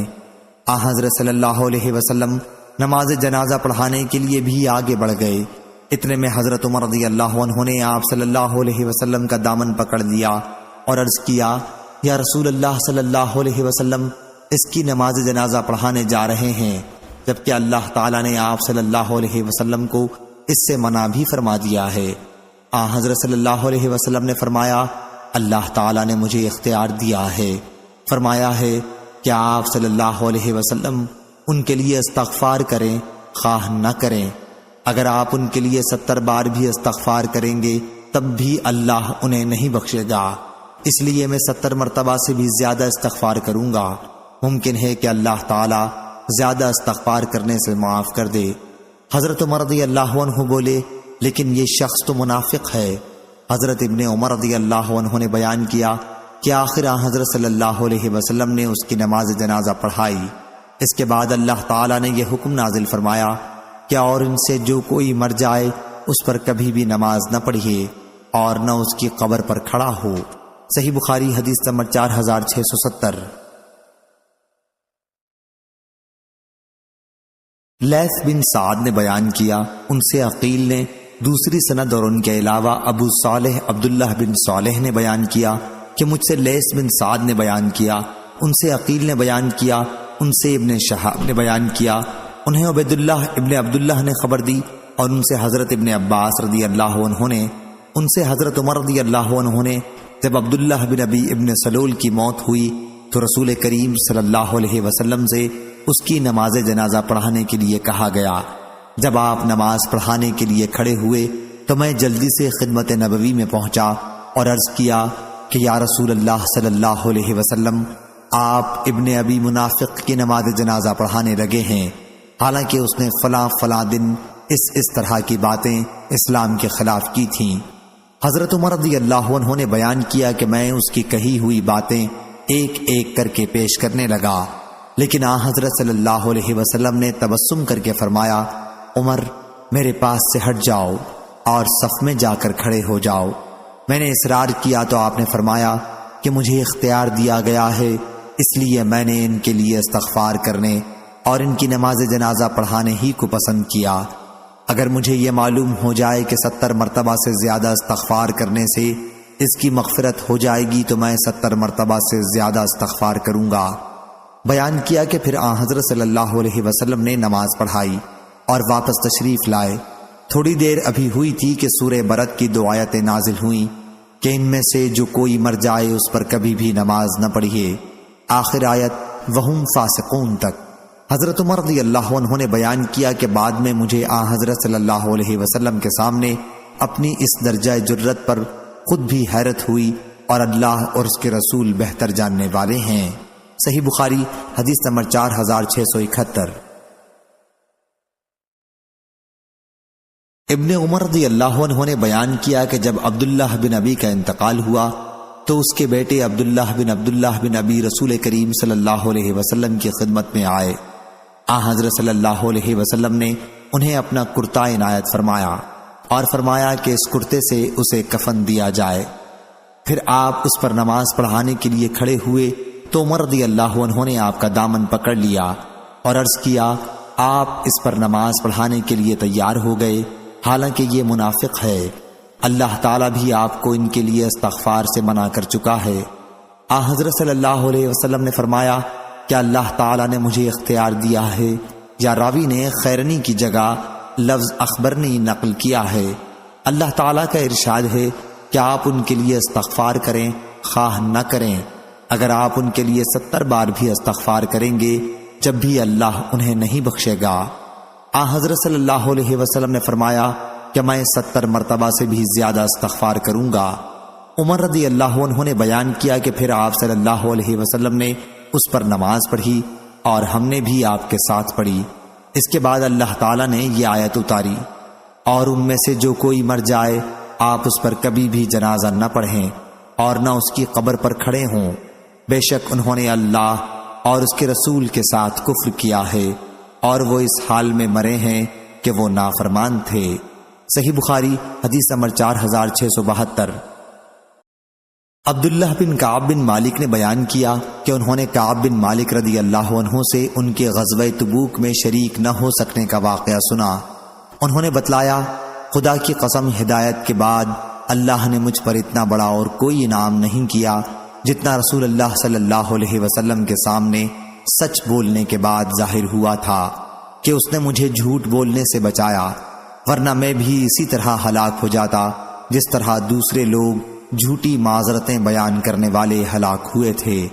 اور اللہ تعالیٰ نے ان کے بارے میں وحی نازل کی تھی کہ ان قریب یہ لوگ تمہارے سامنے جب تم ان کے پاس واپس جاؤ گے اللہ کی قسم کھا جائیں گے، آخر آیت الفاسقین تک۔ صحیح بخاری حدیث نمبر 4673۔ سمرہ بن جندب رضی اللہ عنہ نے بیان کیا کہ رسول اللہ صلی اللہ علیہ وسلم نے ہم سے فرمایا، رات خواب میں میرے پاس 2 فرشتے آئے اور مجھے اٹھا کر ایک شہر میں لے گئے جو سونے اور چاندی کی اینٹوں سے بنایا گیا تھا۔ وہاں ہمیں ایسے لوگ ملے جن کا آدھا بدن نہایت خوبصورت، اتنا کہ کسی دیکھنے والے نے ایسا حسن نہ دیکھا ہوگا، اور بدن کا دوسرا آدھا حصہ نہایت بدصورت تھا، اتنا کہ کسی نے بھی ایسی بدصورتی نہیں دیکھی ہوگی۔ دونوں فرشتوں نے ان لوگوں سے کہا، جاؤ اور اس نہر میں غوطہ لگاؤ۔ وہ گئے اور نہر میں غوطہ لگا آئے۔ جب وہ ہمارے پاس آئے تو ان کی بدصورتی جاتی رہی اور اب وہ نہایت خوبصورت نظر آتے تھے۔ پھر فرشتوں نے مجھ سے کہا کہ یہ جنت عدن ہے اور آپ کا مکان یہی ہے۔ جن لوگوں کو ابھی آپ نے دیکھا کہ جسم کا آدھا حصہ خوبصورت تھا اور آدھا بدصورت، تو وہ یہ لوگ تھے جنہوں نے دنیا میں اچھے اور برے سب کام کیے تھے اور اللہ تعالیٰ نے انہیں معاف کر دیا تھا۔ صحیح بخاری حدیث نمبر 4674۔ معمر نے خبر دی، انہیں زہری نے، انہیں سعید بن مسیب نے اور ان سے ان کے والد مسیب بن حزن نے کہ جب ابو طالب کے انتقال کا وقت ہوا تو نبی کریم صلی اللہ علیہ وسلم ان کے پاس تشریف لے گئے۔ اس وقت وہاں ابو جہل اور عبداللہ بن ابی امیہ بیٹھے ہوئے تھے۔ حضرت صلی اللہ علیہ وسلم نے ان سے فرمایا، آپ ایک بار زبان سے کلمہ لا الہ الا اللہ کہہ دیجئے، میں اسی کو آپ کی نجات کے لیے وسیلہ بنا کر اللہ کی بارگاہ میں پیش کر لوں گا۔ اس پر ابو جہل اور عبداللہ بن ابی امیہ کہنے لگے، ابو طالب، کیا آپ عبد المطلب کے دین سے پھر جائیں گے؟ آپ صلی اللہ علیہ وسلم نے کہا کہ اب میں آپ کے لیے برابر مغفرت کی دعا مانگتا رہوں گا جب تک مجھے اس سے روک نہ دیا جائے۔ تو یہ آیت نازل ہوئی، نبی اور ایمان والوں کے لیے جائز نہیں کہ وہ مشرکوں کے لیے بخشش کی دعا کریں، اگرچہ وہ مشرکین رشتہ دار ہی کیوں نہ ہوں، جب ان پر یہ ظاہر ہو چکے کہ وہ یقیناً اہل دوزخ سے ہیں۔ آیت کا شان نزول بتلایا گیا ہے، یہ حکم قیامت تک کے لیے عام ہے۔ صحیح بخاری حدیث نمبر 4675۔ عبداللہ بن کعب نے خبر دی کہ ان کے والد حضرت کعب بن مالک رضی اللہ عنہ جب نابینا ہو گئے تو ان کے بیٹوں میں یہی ان کو راستے میں ساتھ لے کر چلتے ہیں۔ انہوں نے بیان کیا کہ میں نے حضرت کعب بن مالک رضی اللہ عنہ سے ان کے اس واقعے کے سلسلے میں سنا جس کے بارے میں آیت وَعَلَى ثَلَاثَةِ الَّذِينَ خَلَفُوا نازل ہوئی تھی۔ آپ نے آخر میں حضرت صلی اللہ علیہ وسلم سے عرض کیا تھا کہ میں اپنی توبہ کے قبول ہونے کی خوشی میں اپنا تمام مال اللہ اور اس کے رسول کے راستے میں خیرات کرتا ہوں، لیکن حضرت صلی اللہ علیہ وسلم نے فرمایا کہ نہیں، اپنا کچھ تھوڑا مال اپنے پاس ہی رہنے دو، یہ تمہارے حق میں بھی بہتر ہے۔ صحیح بخاری حدیث نمبر 4676۔ عبداللہ نے بیان کیا کہ میں نے اپنے والد کعب بن مالک رضی اللہ عنہ سے سنا، وہ ان 3 صحابہ میں سے تھے جن کی توبہ قبول کی گئی تھی۔ انہوں نے بیان کیا کہ 2 غزووں، غزوہ اسرت یعنی غزوہ تبوک اور غزوہ بدر کے سوا اور کسی غزوے میں کبھی میں رسول اللہ صلی اللہ علیہ وسلم کے ساتھ جانے سے نہیں رکا تھا۔ انہوں نے بیان کیا، چاشت کے وقت جب رسول اللہ صلی اللہ علیہ وسلم غزوے سے واپس تشریف لائے تو میں نے سچ بولنے کا پختہ ارادہ کر لیا، اور آپ کا سفر سے واپس آنے میں معمول یہ تھا کہ چاشت کے وقت ہی آپ مدینہ پہنچتے تھے اور سب سے پہلے مسجد میں تشریف لے جاتے اور 2 رکعت نماز پڑھتے۔ بہرحال آپ صلی اللہ علیہ وسلم نے مجھ سے اور میری طرح عذر بیان کرنے والے 2 اور صحابہ سے دوسرے صحابہ کو بات چیت کرنے سے منع کر دیا۔ ہمارے علاوہ اور بھی بہت سے لوگ جو ظاہر میں مسلمان تھے اس غزوے میں شریک نہیں ہوئے، لیکن آپ نے ان میں سے کسی سے بھی بات چیت کی ممانعت نہیں کی تھی۔ چنانچہ لوگوں نے ہم سے بات چیت کرنا چھوڑ دیا۔ میں اسی حالت میں ٹھہرا رہا، معاملہ بہت طول پکڑتا جا رہا تھا۔ ادھر میری نظر میں سب سے اہم معاملہ یہ تھا کہ اگر کہیں اس عرصے میں مر گیا تو آپ صلی اللہ علیہ وسلم مجھ پر نماز جنازہ نہیں پڑھائیں گے، یا آپ صلی اللہ علیہ وسلم کی وفات ہو جائے تو افسوس، لوگوں کا یہی طرز عمل میرے ساتھ پھر ہمیشہ کے لیے باقی رہ جائے گا، نہ مجھ سے کوئی گفتگو کرے گا اور نہ مجھ پر نماز جنازہ پڑھے گا۔ آخر اللہ تعالیٰ نے ہماری توبہ کی بشارت آپ صلی اللہ علیہ وسلم پر اس وقت نازل کی جب رات کا آخری تہائی حصہ باقی رہ گیا تھا۔ آپ صلی اللہ علیہ وسلم اس وقت حضرت ام سلمہ رضی اللہ عنہا کے گھر میں تشریف رکھتے تھے۔ حضرت ام سلمہ رضی اللہ عنہا کا مجھ پر بڑا احسان و کرم تھا اور وہ میری مدد کیا کرتی تھیں۔ آپ صلی اللہ علیہ وسلم نے فرمایا، ام سلمہ کعب رضی اللہ عنہ کی توبہ قبول ہو گئی۔ انہوں نے عرض کیا، پھر میں ان کے یہاں کسی کو بھیج کر یہ خوشخبری نہ پہنچوا دوں؟ آپ صلی اللہ علیہ وسلم نے فرمایا، یہ خبر سنتے ہی لوگ جمع ہو جائیں گے اور ساری رات تمہیں سونے نہیں دیں گے۔ چنانچہ حضرت صلی اللہ علیہ وسلم نے فجر کی نماز پڑھنے کے بعد بتایا کہ اللہ نے ہماری توبہ قبول کر لی ہے۔ حضرت صلی اللہ علیہ وسلم نے جب یہ خوشخبری سنائی تو آپ صلی اللہ علیہ وسلم کا چہرہ مبارک منور ہو گیا جیسے چاند کا ٹکڑا ہو، اور غزوے میں نہ شریک ہونے والے دوسرے لوگوں سے جنہوں نے معذرت کی تھی اور ان کی معذرت قبول بھی ہو گئی تھی، ہم 3 صحابہ کا معاملہ بالکل مختلف تھا کہ اللہ تعالیٰ نے ہماری توبہ قبول ہونے کے متعلق وحی نازل کی، لیکن جب ان دوسرے غزوے میں شریک نہ ہونے والے لوگوں کا ذکر کیا جنہوں نے آپ صلی اللہ علیہ وسلم کے سامنے جھوٹ بولا تھا اور جھوٹی معذرت کی تھی، تو اس درجہ برائی کے ساتھ کیا کہ کسی کا بھی اتنی برائی کے ساتھ ذکر نہ کیا ہوگا۔ اللہ تعالیٰ نے فرمایا، یہ لوگ تمہارے سب کے سامنے عذر پیش کریں گے، جب تم ان کے پاس واپس جاؤ گے تو آپ کہہ دیں کہ بہانے نہ بناؤ، ہم ہرگز تمہاری بات نہ مانیں گے، بے شک ہم کو اللہ تمہاری خبر دے چکا ہے، اور ان قریب اللہ اور اس کا رسول تمہارا عمل دیکھ لیں گے، آخر آیت تک۔ صحیح بخاری حدیث نمبر 4677۔ لیث بن سعد نے بیان کیا، ان سے عقیل نے، ان سے ابن شہاب نے، ان سے عبد الرحمن بن عبداللہ بن کعب بن مالک نے، اور ان سے عبداللہ بن کعب بن مالک نے، وہ حضرت کعب بن مالک رضی اللہ عنہ کو ساتھ لے کر چلتے تھے جب وہ نابینا ہو گئے تھے۔ عبداللہ نے بیان کیا کہ میں نے حضرت کعب بن مالک رضی اللہ عنہ سے سنا، وہ غزوہ تبوک میں اپنی غیر حاضری کا قصہ بیان کر رہے تھے۔ کہا کہ اللہ کی قسم، سچ بولنے کا جتنا عمدہ پھل اللہ تعالیٰ نے مجھے دیا کسی کو نہ دیا ہوگا۔ جب سے رسول اللہ صلی اللہ علیہ وسلم کے سامنے میں نے اس بارے میں سچی بات کہی تھی، اس وقت سے آج تک کبھی جھوٹ کا ارادہ بھی نہیں کیا، اور اللہ نے اپنے رسول صلی اللہ علیہ وسلم پر یہ آیت نازل کی تھی کہ بے شک اللہ نے نبی پر اور مہاجرین و انصار پر رحمت کے ساتھ توجہ فرمائی، آخر آیت مع الصادقین تک۔ صحیح بخاری حدیث نمبر 4678۔ عبید اللہ بن سباق نے خبر دی اور ان سے زید بن ثابت انصاری رضی اللہ عنہ نے جو کاتب وحی تھے بیان کیا کہ جب 11 ہجری میں یمامہ کی لڑائی میں جو مسلمہ کذاب سے ہوئی تھی بہت سے صحابہ رضی اللہ عنہ مارے گئے، تو حضرت ابو بکر صدیق رضی اللہ عنہ نے مجھے بلایا۔ ان کے پاس حضرت عمر رضی اللہ عنہ بھی موجود تھے۔ انہوں نے مجھ سے کہا، عمر رضی اللہ عنہ میرے پاس آئے اور کہا کہ جنگ یمامہ میں بہت زیادہ مسلمان شہید ہو گئے ہیں، اور مجھے خطرہ ہے کہ کفار کے ساتھ لڑائیوں میں یوں ہی قرآن کے علماء اور قاری شہید ہوں گے، اور اس طرح بہت سا قرآن ضائع ہو جائے گا۔ اب تو ایک ہی صورت ہے کہ آپ قرآن کو ایک جگہ جمع کرا دیں، اور میری رائے تو یہ ہے کہ آپ ضرور قرآن کو جمع کرا دیں۔ حضرت ابو بکر رضی اللہ عنہ نے کہا کہ اس پر میں نے عمر رضی اللہ عنہ سے کہا، ایسا کام میں کس طرح کر سکتا ہوں جو خود رسول اللہ صلی اللہ علیہ وسلم نے نہیں کیا تھا؟ حضرت عمر رضی اللہ عنہ نے کہا، خدا کی قسم یہ تو محض ایک نیک کام ہے۔ اس کے بعد عمر رضی اللہ عنہ مجھ سے اس معاملے پر بات کرتے رہے، اور آخر میں اللہ تعالیٰ نے اس خدمت کے لیے میرا بھی سینہ کھول دیا، اور میری بھی رائے وہی ہو گئی جو عمر رضی اللہ عنہ کی تھی۔ زید بن ثابت رضی اللہ عنہ نے بیان کیا کہ عمر رضی اللہ عنہ وہیں خاموش بیٹھے ہوئے تھے۔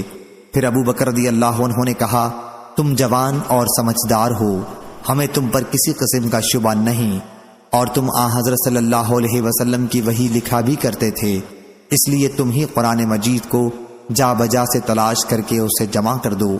خدا کی قسم کہ اگر حضرت ابو بکر رضی اللہ عنہ مجھ کو کوئی پہاڑ اٹھا کے لے جانے کے لیے کہتے تو یہ میرے لیے اتنا بھاری نہ تھا جتنا قرآن کی ترتیب کا حکم۔ میں نے عرض کیا، آپ لوگ ایک ایسے کام کے کرنے پر کس طرح آمادہ ہو گئے جسے رسول اللہ صلی اللہ علیہ وسلم نے نہیں کیا تھا؟ تو ابو بکر رضی اللہ عنہ نے کہا کہ خدا کی قسم یہ ایک نیک کام ہے۔ پھر میں ان سے اس مسئلے پر گفتگو کرتا رہا یہاں تک کہ اللہ تعالیٰ نے اس خدمت کے لیے میرا بھی سینہ کھول دیا جس طرح ابو بکر و عمر رضی اللہ عنہ کا سینہ کھولا تھا۔ چنانچہ میں اٹھا اور میں نے کھال، ہڈی اور کھجور کی شاخوں سے جن پر قرآن مجید لکھا ہوا تھا اس دور کے رواج کے مطابق قرآن مجید کو جمع کرنا شروع کر دیا، اور لوگوں کو جو قرآن کے حافظ تھے حافظ سے بھی مدد لی، اور سورہ توبہ کی 2 آیتیں خزیمہ انصاری رضی اللہ عنہ کے پاس مجھے ملی، ان کے علاوہ کسی کے پاس مجھے نہیں ملی تھیں۔ وہ آیتیں یہ تھیں: لَقَدْ جَاءَكُمْ رَسُولٌ مِّنْ أَنفُسِكُمْ عَزِيزٌ عَلَيْهِ مَا عَنِتُّمْ حَرِيصٌ عَلَيْكُمْ، آخر تک۔ پھر مصحف جس میں قرآن مجید جمع کیا گیا تھا ابو بکر صدیق رضی اللہ عنہ کے پاس رہا، آپ کی وفات کے بعد عمر رضی اللہ عنہ کے پاس محفوظ رہا، پھر آپ کی وفات کے بعد آپ کی صاحبزادی ام المومنین حفصہ رضی اللہ عنہا کے پاس محفوظ رہا۔ شعیب کے ساتھ اس حدیث کو عثمان بن عمر اور لیث بن سعد نے بھی یونس سے، انہوں نے ابن شہاب سے روایت کیا، اور لیث نے کہا کہ مجھ سے عبد الرحمن بن خالد نے بیان کیا، انہوں نے ابن شہاب سے روایت کیا، اس میں خزیمہ کے بدلے ابو خزیمہ انصاری ہے، اور موسیٰ نے ابراہیم سے روایت کی، کہا ہم سے ابن شہاب نے بیان کیا، اس روایت میں بھی ابو خزیمہ ہے۔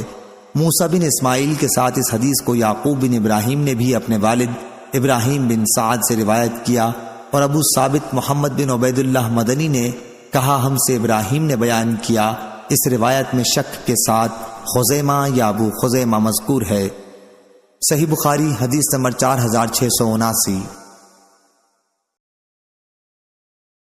حضرت عبداللہ بن عباس رضی اللہ عنہ نے بیان کیا کہ جب نبی کریم صلی اللہ علیہ وسلم مدینہ تشریف لائے تو یہود عاشورہ کا روزہ رکھتے تھے۔ انہوں نے بتایا کہ اسی دن موسیٰ علیہ السلام کو فرعون پر فتح ملی تھی۔ اس پر حضرت صلی اللہ علیہ وسلم نے صحابہ رضی اللہ عنہم سے فرمایا کہ موسیٰ علیہ السلام کے ہم ان سے بھی زیادہ مستحق ہیں، اس لیے تم بھی روزہ رکھو۔ صحیح بخاری حدیث نمبر 4680۔ محمد بن عباد بن جعفر نے خبر دی اور انہوں نے حضرت ابن عباس رضی اللہ عنہ سے سنا کہ آپ آیت کی قرأت اس طرح کرتے تھے: الا انہم تثنونی صدورہم۔ میں نے ان سے آیت کے متعلق پوچھا، انہوں نے کہا کہ کچھ لوگ اس میں حیا کرتے تھے کہ کھلی ہوئی جگہ میں حاجت کے لیے بیٹھنے میں، آسمان کی طرف سطر کھولنے میں، اس طرح صحبت کرتے وقت آسمان کی طرف کھولنے میں پروردگار سے شرماتے۔ صحیح بخاری حدیث نمبر 4681۔ محمد بن عباد بن جعفر نے خبر دی کہ حضرت ابن عباس رضی اللہ عنہ اس طرح قرأت کرتے تھے: الا انہم یثنونی صدورہم۔ محمد بن عباد نے پوچھا: اے ابو العباس، یثنونی صدورہم کا کیا مطلب ہے؟ بتلایا کہ کچھ لوگ اپنی بیوی سے ہم بستری کرنے میں حیا کرتے اور خلا کے لیے بیٹھتے ہوئے بھی حیا کرتے تھے، انہی کے بارے میں یہ آیت نازل ہوئی کہ الا انہم یثنونی صدورہم، آخر آیت تک۔ صحیح بخاری حدیث نمبر 4682۔ عمر بن دینار نے بیان کیا، کہا کہ ابن عباس رضی اللہ عنہ نے آیت کی قرأت اس طرح کی تھی: الا انہم یثنون صدورہم لیستخفوا منہ الا حین یستغشون ثیابہم۔ اور عمر بن دینار کے علاوہ اوروں نے بیان کیا حضرت ابن عباس رضی اللہ عنہ سے کہ یستغشون یعنی اپنے سر چھپا لیتے ہیں، ثنیبہم یعنی اپنی قوم سے وہ بدگمان ہوا، وذاق بہم یعنی اپنے مہمانوں کو دیکھ کر وہ بدگمان ہوا کہ ان کی قوم انہیں بھی پریشان کرے گی، بقطع من اللیل یعنی رات کی سیاہی میں، اور مجاہد نے کہا انیب کے معنی میں رجوع کرتا ہوں، متوجہ ہوتا ہوں۔ صحیح بخاری حدیث نمبر 4683۔ ابو زناد نے بیان کیا ان سے اعرج نے اور ان سے حضرت ابو ہریرہ رضی اللہ عنہ نے کہ رسول اللہ صلی اللہ علیہ وسلم نے فرمایا: اللہ تعالیٰ فرماتا ہے کہ بندو میری راہ میں خرچ کرو تو میں بھی تم پر خرچ کروں گا، اور فرمایا اللہ کا ہاتھ بھرا ہوا ہے، رات اور دن کے مسلسل خرچ سے بھی اس میں سے کم نہیں ہوتا، اور فرمایا تم نے دیکھا نہیں جب سے اللہ نے آسمان و زمین کو پیدا کیا ہے مسلسل خرچ کیے جا رہا ہے، لیکن اس کے ہاتھ میں کوئی کمی نہیں ہوئی، اس کا عرش پانی پر تھا اور اس کے ہاتھ میں میزان عدل ہے جسے وہ جھکاتا اور اٹھاتا رہتا ہے۔ صحیح بخاری حدیث نمبر 4684۔ قتادہ نے بیان کیا اور ان سے صفوان بن محرز نے کہ حضرت ابن عمر رضی اللہ عنہ طواف کر رہے تھے کہ ایک شخص نام نامعلوم آپ کے سامنے آیا اور پوچھا، اے ابو عبد الرحمن، یا یہ کہا کہ اے ابن عمر، کیا آپ نے رسول اللہ صلی اللہ علیہ وسلم سے سرگوشی کے متعلق کچھ سنا ہے جو اللہ تعالیٰ مومنین سے قیامت کے دن کرے گا؟ انہوں نے بیان کیا کہ میں نے حضرت صلی اللہ علیہ وسلم سے سنا، آپ فرما رہے تھے کہ مومن اپنے رب کے قریب لایا جائے گا، اور حشام نے جدن المؤمنین بجائے جدنی المؤمن کہا، مطلب ایک ہی ہے، یہاں تک کہ اللہ تعالیٰ اپنا ایک جانب اس پر رکھے گا اور اس کے گناہوں کا اقرار کرائے گا کہ فلاں گناہ تجھے یاد ہے؟ بندہ عرض کرے گا، یاد ہے میرے رب، مجھے یاد ہے، 2 مرتبہ اقرار کرے گا، پھر اللہ تعالیٰ فرمائے گا کہ میں نے دنیا میں تیرے گناہوں کو چھپائے رکھا اور آج بھی تیری مغفرت کروں گا، پھر اس کی نیکیوں کا دفتر لپیٹ دیا جائے گا۔ لیکن دوسرے لوگ، یا یہ کہا کہ کفار، تو ان کے متعلق محشر میں اعلان کیا جائے گا کہ یہی وہ لوگ ہیں جنہوں نے اللہ پر جھوٹ باندھا تھا۔ اور شیبان نے بیان کیا، ان سے قتادہ نے کہا، ہم سے صفوان نے بیان کیا۔ صحیح بخاری حدیث نمبر 4685۔ ابو موسیٰ رضی اللہ عنہ نے بیان کیا کہ رسول اللہ صلی اللہ علیہ وسلم نے فرمایا، اللہ تعالیٰ ظالم کو چند روز دنیا میں مہلت دیتا رہتا ہے، لیکن جب پکڑتا ہے تو پھر نہیں چھوڑتا۔ راوی نے بیان کیا کہ پھر آپ نے اس آیت کی تلاوت کی، اور تیرے پروردگار کی پکڑ اسی طرح ہے جب وہ بستی والوں کو پکڑتا ہے جو اپنے اوپر ظلم کرتے رہتے ہیں، بے شک اس کی پکڑ بڑی تکلیف دینے والی اور بڑی ہی سخت ہے۔ صحیح بخاری حدیث نمبر 4686۔ سلیمان تیمی نے بیان کیا، ان سے ابو عثمان نے اور ان سے حضرت ابن مسعود رضی اللہ عنہ نے کہ ایک شخص نے کسی غیر عورت کو بوسہ دے دیا، اور پھر وہ رسول اللہ صلی اللہ علیہ وسلم کی خدمت میں حاضر ہوا اور آپ سے اپنا گناہ بیان کیا۔ اس پر یہ آیت نازل ہوئی، اور تم نماز کی پابندی کرو دن کے دونوں سروں پر اور رات کے کچھ حصوں میں، بے شک نیکیاں مٹا دیتی ہیں بدیوں کو۔ یہ ایک نصیحت ہے نصیحت ماننے والوں کے لیے۔ ان صاحب نے عرض کیا، یہ آیت صرف میرے ہی لیے ہے کہ نیکیاں بدیوں کو مٹا دیتی ہیں؟ حضرت صلی اللہ علیہ وسلم نے فرمایا کہ میری امت کے ہر انسان کے لیے ہے جو اس پر عمل کرے۔ صحیح بخاری حدیث نمبر 4687۔ عبد الرحمن بن عبداللہ بن دینار نے بیان کیا، ان سے ان کے والد نے اور ان سے حضرت عبداللہ بن عمر رضی اللہ عنہ نے بیان کیا کہ نبی کریم صلی اللہ علیہ وسلم نے فرمایا، کریم بن کریم بن کریم بن کریم یوسف بن یعقوب بن اسحاق بن ابراہیم علیہ السلام تھے۔ صحیح بخاری حدیث نمبر 4688۔ حضرت ابو ہریرہ رضی اللہ عنہ نے بیان کیا کہ رسول اللہ صلی اللہ علیہ وسلم سے کسی نے سوال کیا کہ انسانوں میں کون سب سے زیادہ شریف ہے، تو آپ صلی اللہ علیہ وسلم نے فرمایا کہ سب سے زیادہ شریف وہ ہے جو سب سے زیادہ متقی ہو۔ صحابہ رضی اللہ عنہم نے عرض کیا کہ ہمارے سوال کا مقصد یہ نہیں۔ حضرت صلی اللہ علیہ وسلم نے فرمایا کہ پھر سب سے زیادہ شریف حضرت یوسف علیہ السلام ہیں، نبی اللہ بن نبی اللہ بن نبی اللہ بن خلیل اللہ۔ صحابہ رضی اللہ عنہم نے عرض کیا کہ ہمارے سوال کا یہ بھی مقصد نہیں۔ حضرت صلی اللہ علیہ وسلم نے فرمایا، اچھا، عرب کے خاندانوں کے متعلق تم معلوم کرنا چاہتے ہو؟ صحابہ رضی اللہ عنہم نے عرض کیا، جی ہاں۔ حضرت صلی اللہ علیہ وسلم نے فرمایا، جاہلیت میں جو لوگ شریف سمجھے جاتے تھے، اسلام لانے کے بعد بھی وہ شریف ہیں، جبکہ دین کی سمجھ بھی انہیں حاصل ہو جائے۔ اس روایت کے مطابق ابو اسامہ نے عبید اللہ سے کی ہے۔ صحیح بخاری حدیث نمبر 4689۔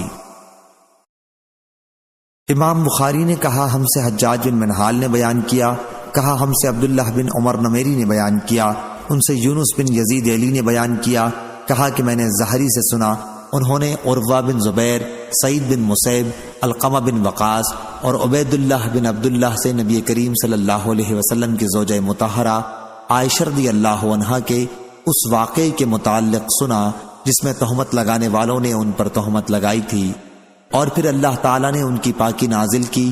ان تمام لوگوں نے مجھ سے اس قصے کا کچھ ٹکڑا بیان کیا۔ نبی کریم صلی اللہ علیہ وسلم نے عائشہ رضی اللہ عنہا سے فرمایا کہ اگر تم بری ہو تو عنقریب اللہ تعالیٰ تمہاری پاکی نازل کر دے گا۔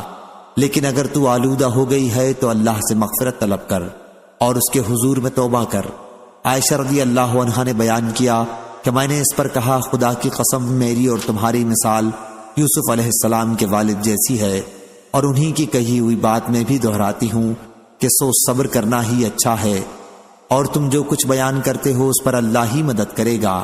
اس کے بعد اللہ تعالیٰ نے عائشہ رضی اللہ عنہا کی پاکی میں سورہ نور کی ان الذین جاؤوا بالافک سے آخر تک 10 آیات اتاری۔ صحیح بخاری حدیث نمبر 4690۔ ام رومان رضی اللہ عنہا نے بیان کیا، وہ حضرت عائشہ رضی اللہ عنہا کی والدہ ہیں۔ انہوں نے بیان کیا کہ میں اور عائشہ بیٹھی ہوئی تھی کہ عائشہ رضی اللہ عنہا کو بخار چڑھ گیا۔ حضرت صلی اللہ علیہ وسلم نے فرمایا کہ غالباً یہ ان باتوں کی وجہ سے ہوا ہوگا جن کا چرچا ہو رہا ہے۔ حضرت ام رومان رضی اللہ عنہا نے عرض کیا کہ جی ہاں۔ اس کے بعد حضرت عائشہ رضی اللہ عنہا بیٹھ گئیں اور کہا کہ میری اور آپ لوگوں کی مثال یعقوب علیہ السلام اور ان کے بیٹوں جیسی ہے، اور تم لوگ جو کچھ بیان کرتے ہو اس پر اللہ ہی مدد کرے۔ صحیح بخاری حدیث نمبر 4691۔ شعبہ نے بیان کیا، ان سے سلیمان نے، ان سے ابو وائل نے کہ حضرت عبداللہ بن مسعود رضی اللہ عنہ نے ہائی تلقہ پڑھا اور کہا کہ جس طرح ہمیں یہ لفظ سکھایا گیا ہے اسی طرح ہم پڑھتے ہیں۔ مثوا یعنی اس کا ٹھکانہ درجہ، الفیہ پایا اسی سے ہے۔ الفوا آبا ہم اور الفیہ دوسری آیتوں میں، اور ابن مسعود رضی اللہ عنہ سے سورہ والصفات میں بل عجبت ویسخرون منقول ہے۔ صحیح بخاری حدیث نمبر 4692۔ سفیان بن عینہ نے بیان کیا، ان سے عامش نے، ان سے مسلم نے، ان سے مسروق نے اور ان سے عبداللہ بن مسعود رضی اللہ عنہ نے کہ قریش نے جب رسول اللہ صلی اللہ علیہ وسلم پر ایمان لانے میں تاخیر کی تو آپ نے ان کے حق میں بد دعا کی کہ اے اللہ ان پر حضرت یوسف علیہ السلام کے زمانے کا سا قحط نازل فرما۔ چنانچہ ایسا قحط پڑا کہ کوئی چیز نہیں ملتی تھی اور وہ ہڈیوں کے کھانے پر مجبور ہو گئے تھے۔ لوگوں کی اس وقت یہ کیفیت تھی کہ آسمان کی طرف نظر اٹھا کے دیکھتے تھے تو بھوک و پیاس کی شدت سے دھواں سا نظر آتا۔ اللہ تعالیٰ نے فرمایا تو آپ انتظار کیجئے اس روز کا جب آسمان کی طرف ایک نظر آنے والا دھواں پیدا ہو، اور فرمایا بے شک ہم اس عذاب کو ہٹا لیں گے اور تم بھی اپنی پہلی حالت پر لوٹ آؤ گے۔ حضرت ابن مسعود رضی اللہ عنہ نے کہا کہ عذاب سے یہی قحط کا عذاب مراد ہے، کیونکہ آخرت کا عذاب کافروں سے ٹلنے والا نہیں ہے۔ صحیح بخاری حدیث نمبر 4693۔ سعید بن مسیور ابو سلمہ بن عبد الرحمن نے بیان کیا، اور ان سے حضرت ابو ہریرہ رضی اللہ عنہ نے بیان کیا کہ رسول اللہ صلی اللہ علیہ وسلم نے فرمایا، اللہ لوط علیہ السلام پر اپنی رحمت نازل فرمائے کہ انہوں نے ایک زبردست سہارے کی پناہ لینے کے لیے کہا تھا، اور اگر میں قید خانے میں اتنے دنوں تک رہ چکا ہوتا جتنے دن یوسف علیہ السلام رہے تھے تو بلانے والے کی بات رد نہ کرتا، اور ہم کو تو ابراہیم علیہ السلام کے بنسبت شک ہونا زیادہ سزاوار ہے۔ جب اللہ پاک نے ان سے فرمایا کیا تجھ کو یقین نہیں؟ انہوں نے کہا کیوں نہیں، یقین تو ہے پر میں چاہتا ہوں کہ اور اطمینان ہو جائے۔ صحیح بخاری حدیث نمبر 4694۔ عروہ بن زبیر نے خبر دی اور ان سے حضرت عائشہ رضی اللہ عنہا نے بیان کیا، عروہ نے ان سے آیت حتی اذا استیاس الرسل کے متعلق پوچھا تھا۔ عروہ نے بیان کیا کہ میں نے پوچھا تھا آیت میں کذبوا تخفیف کے ساتھ یا کذبوا تشدید کے ساتھ؟ اس پر حضرت عائشہ رضی اللہ عنہا نے کہا کہ کذبوا تشدید کے ساتھ۔ اس پر میں نے ان سے کہا کہ انبیاء تو یقین کے ساتھ جانتے تھے کہ ان کی قوم انہیں جھٹلا رہی ہے، پھر ظنوا سے کیا مراد ہے؟ انہوں نے کہا اپنی زندگی کی قسم بے شک پیغمبروں کو اس کا یقین تھا۔ میں نے کہا کذبوا تخفیف زال کے ساتھ پڑھیں تو کیا قباحت ہے؟ انہوں نے کہا معاذ اللہ، کہیں پیغمبر اپنے پروردگار کی نسبت ایسا گمان کر سکتے ہیں؟ میں نے کہا اچھا اس آیت کا مطلب کیا ہے؟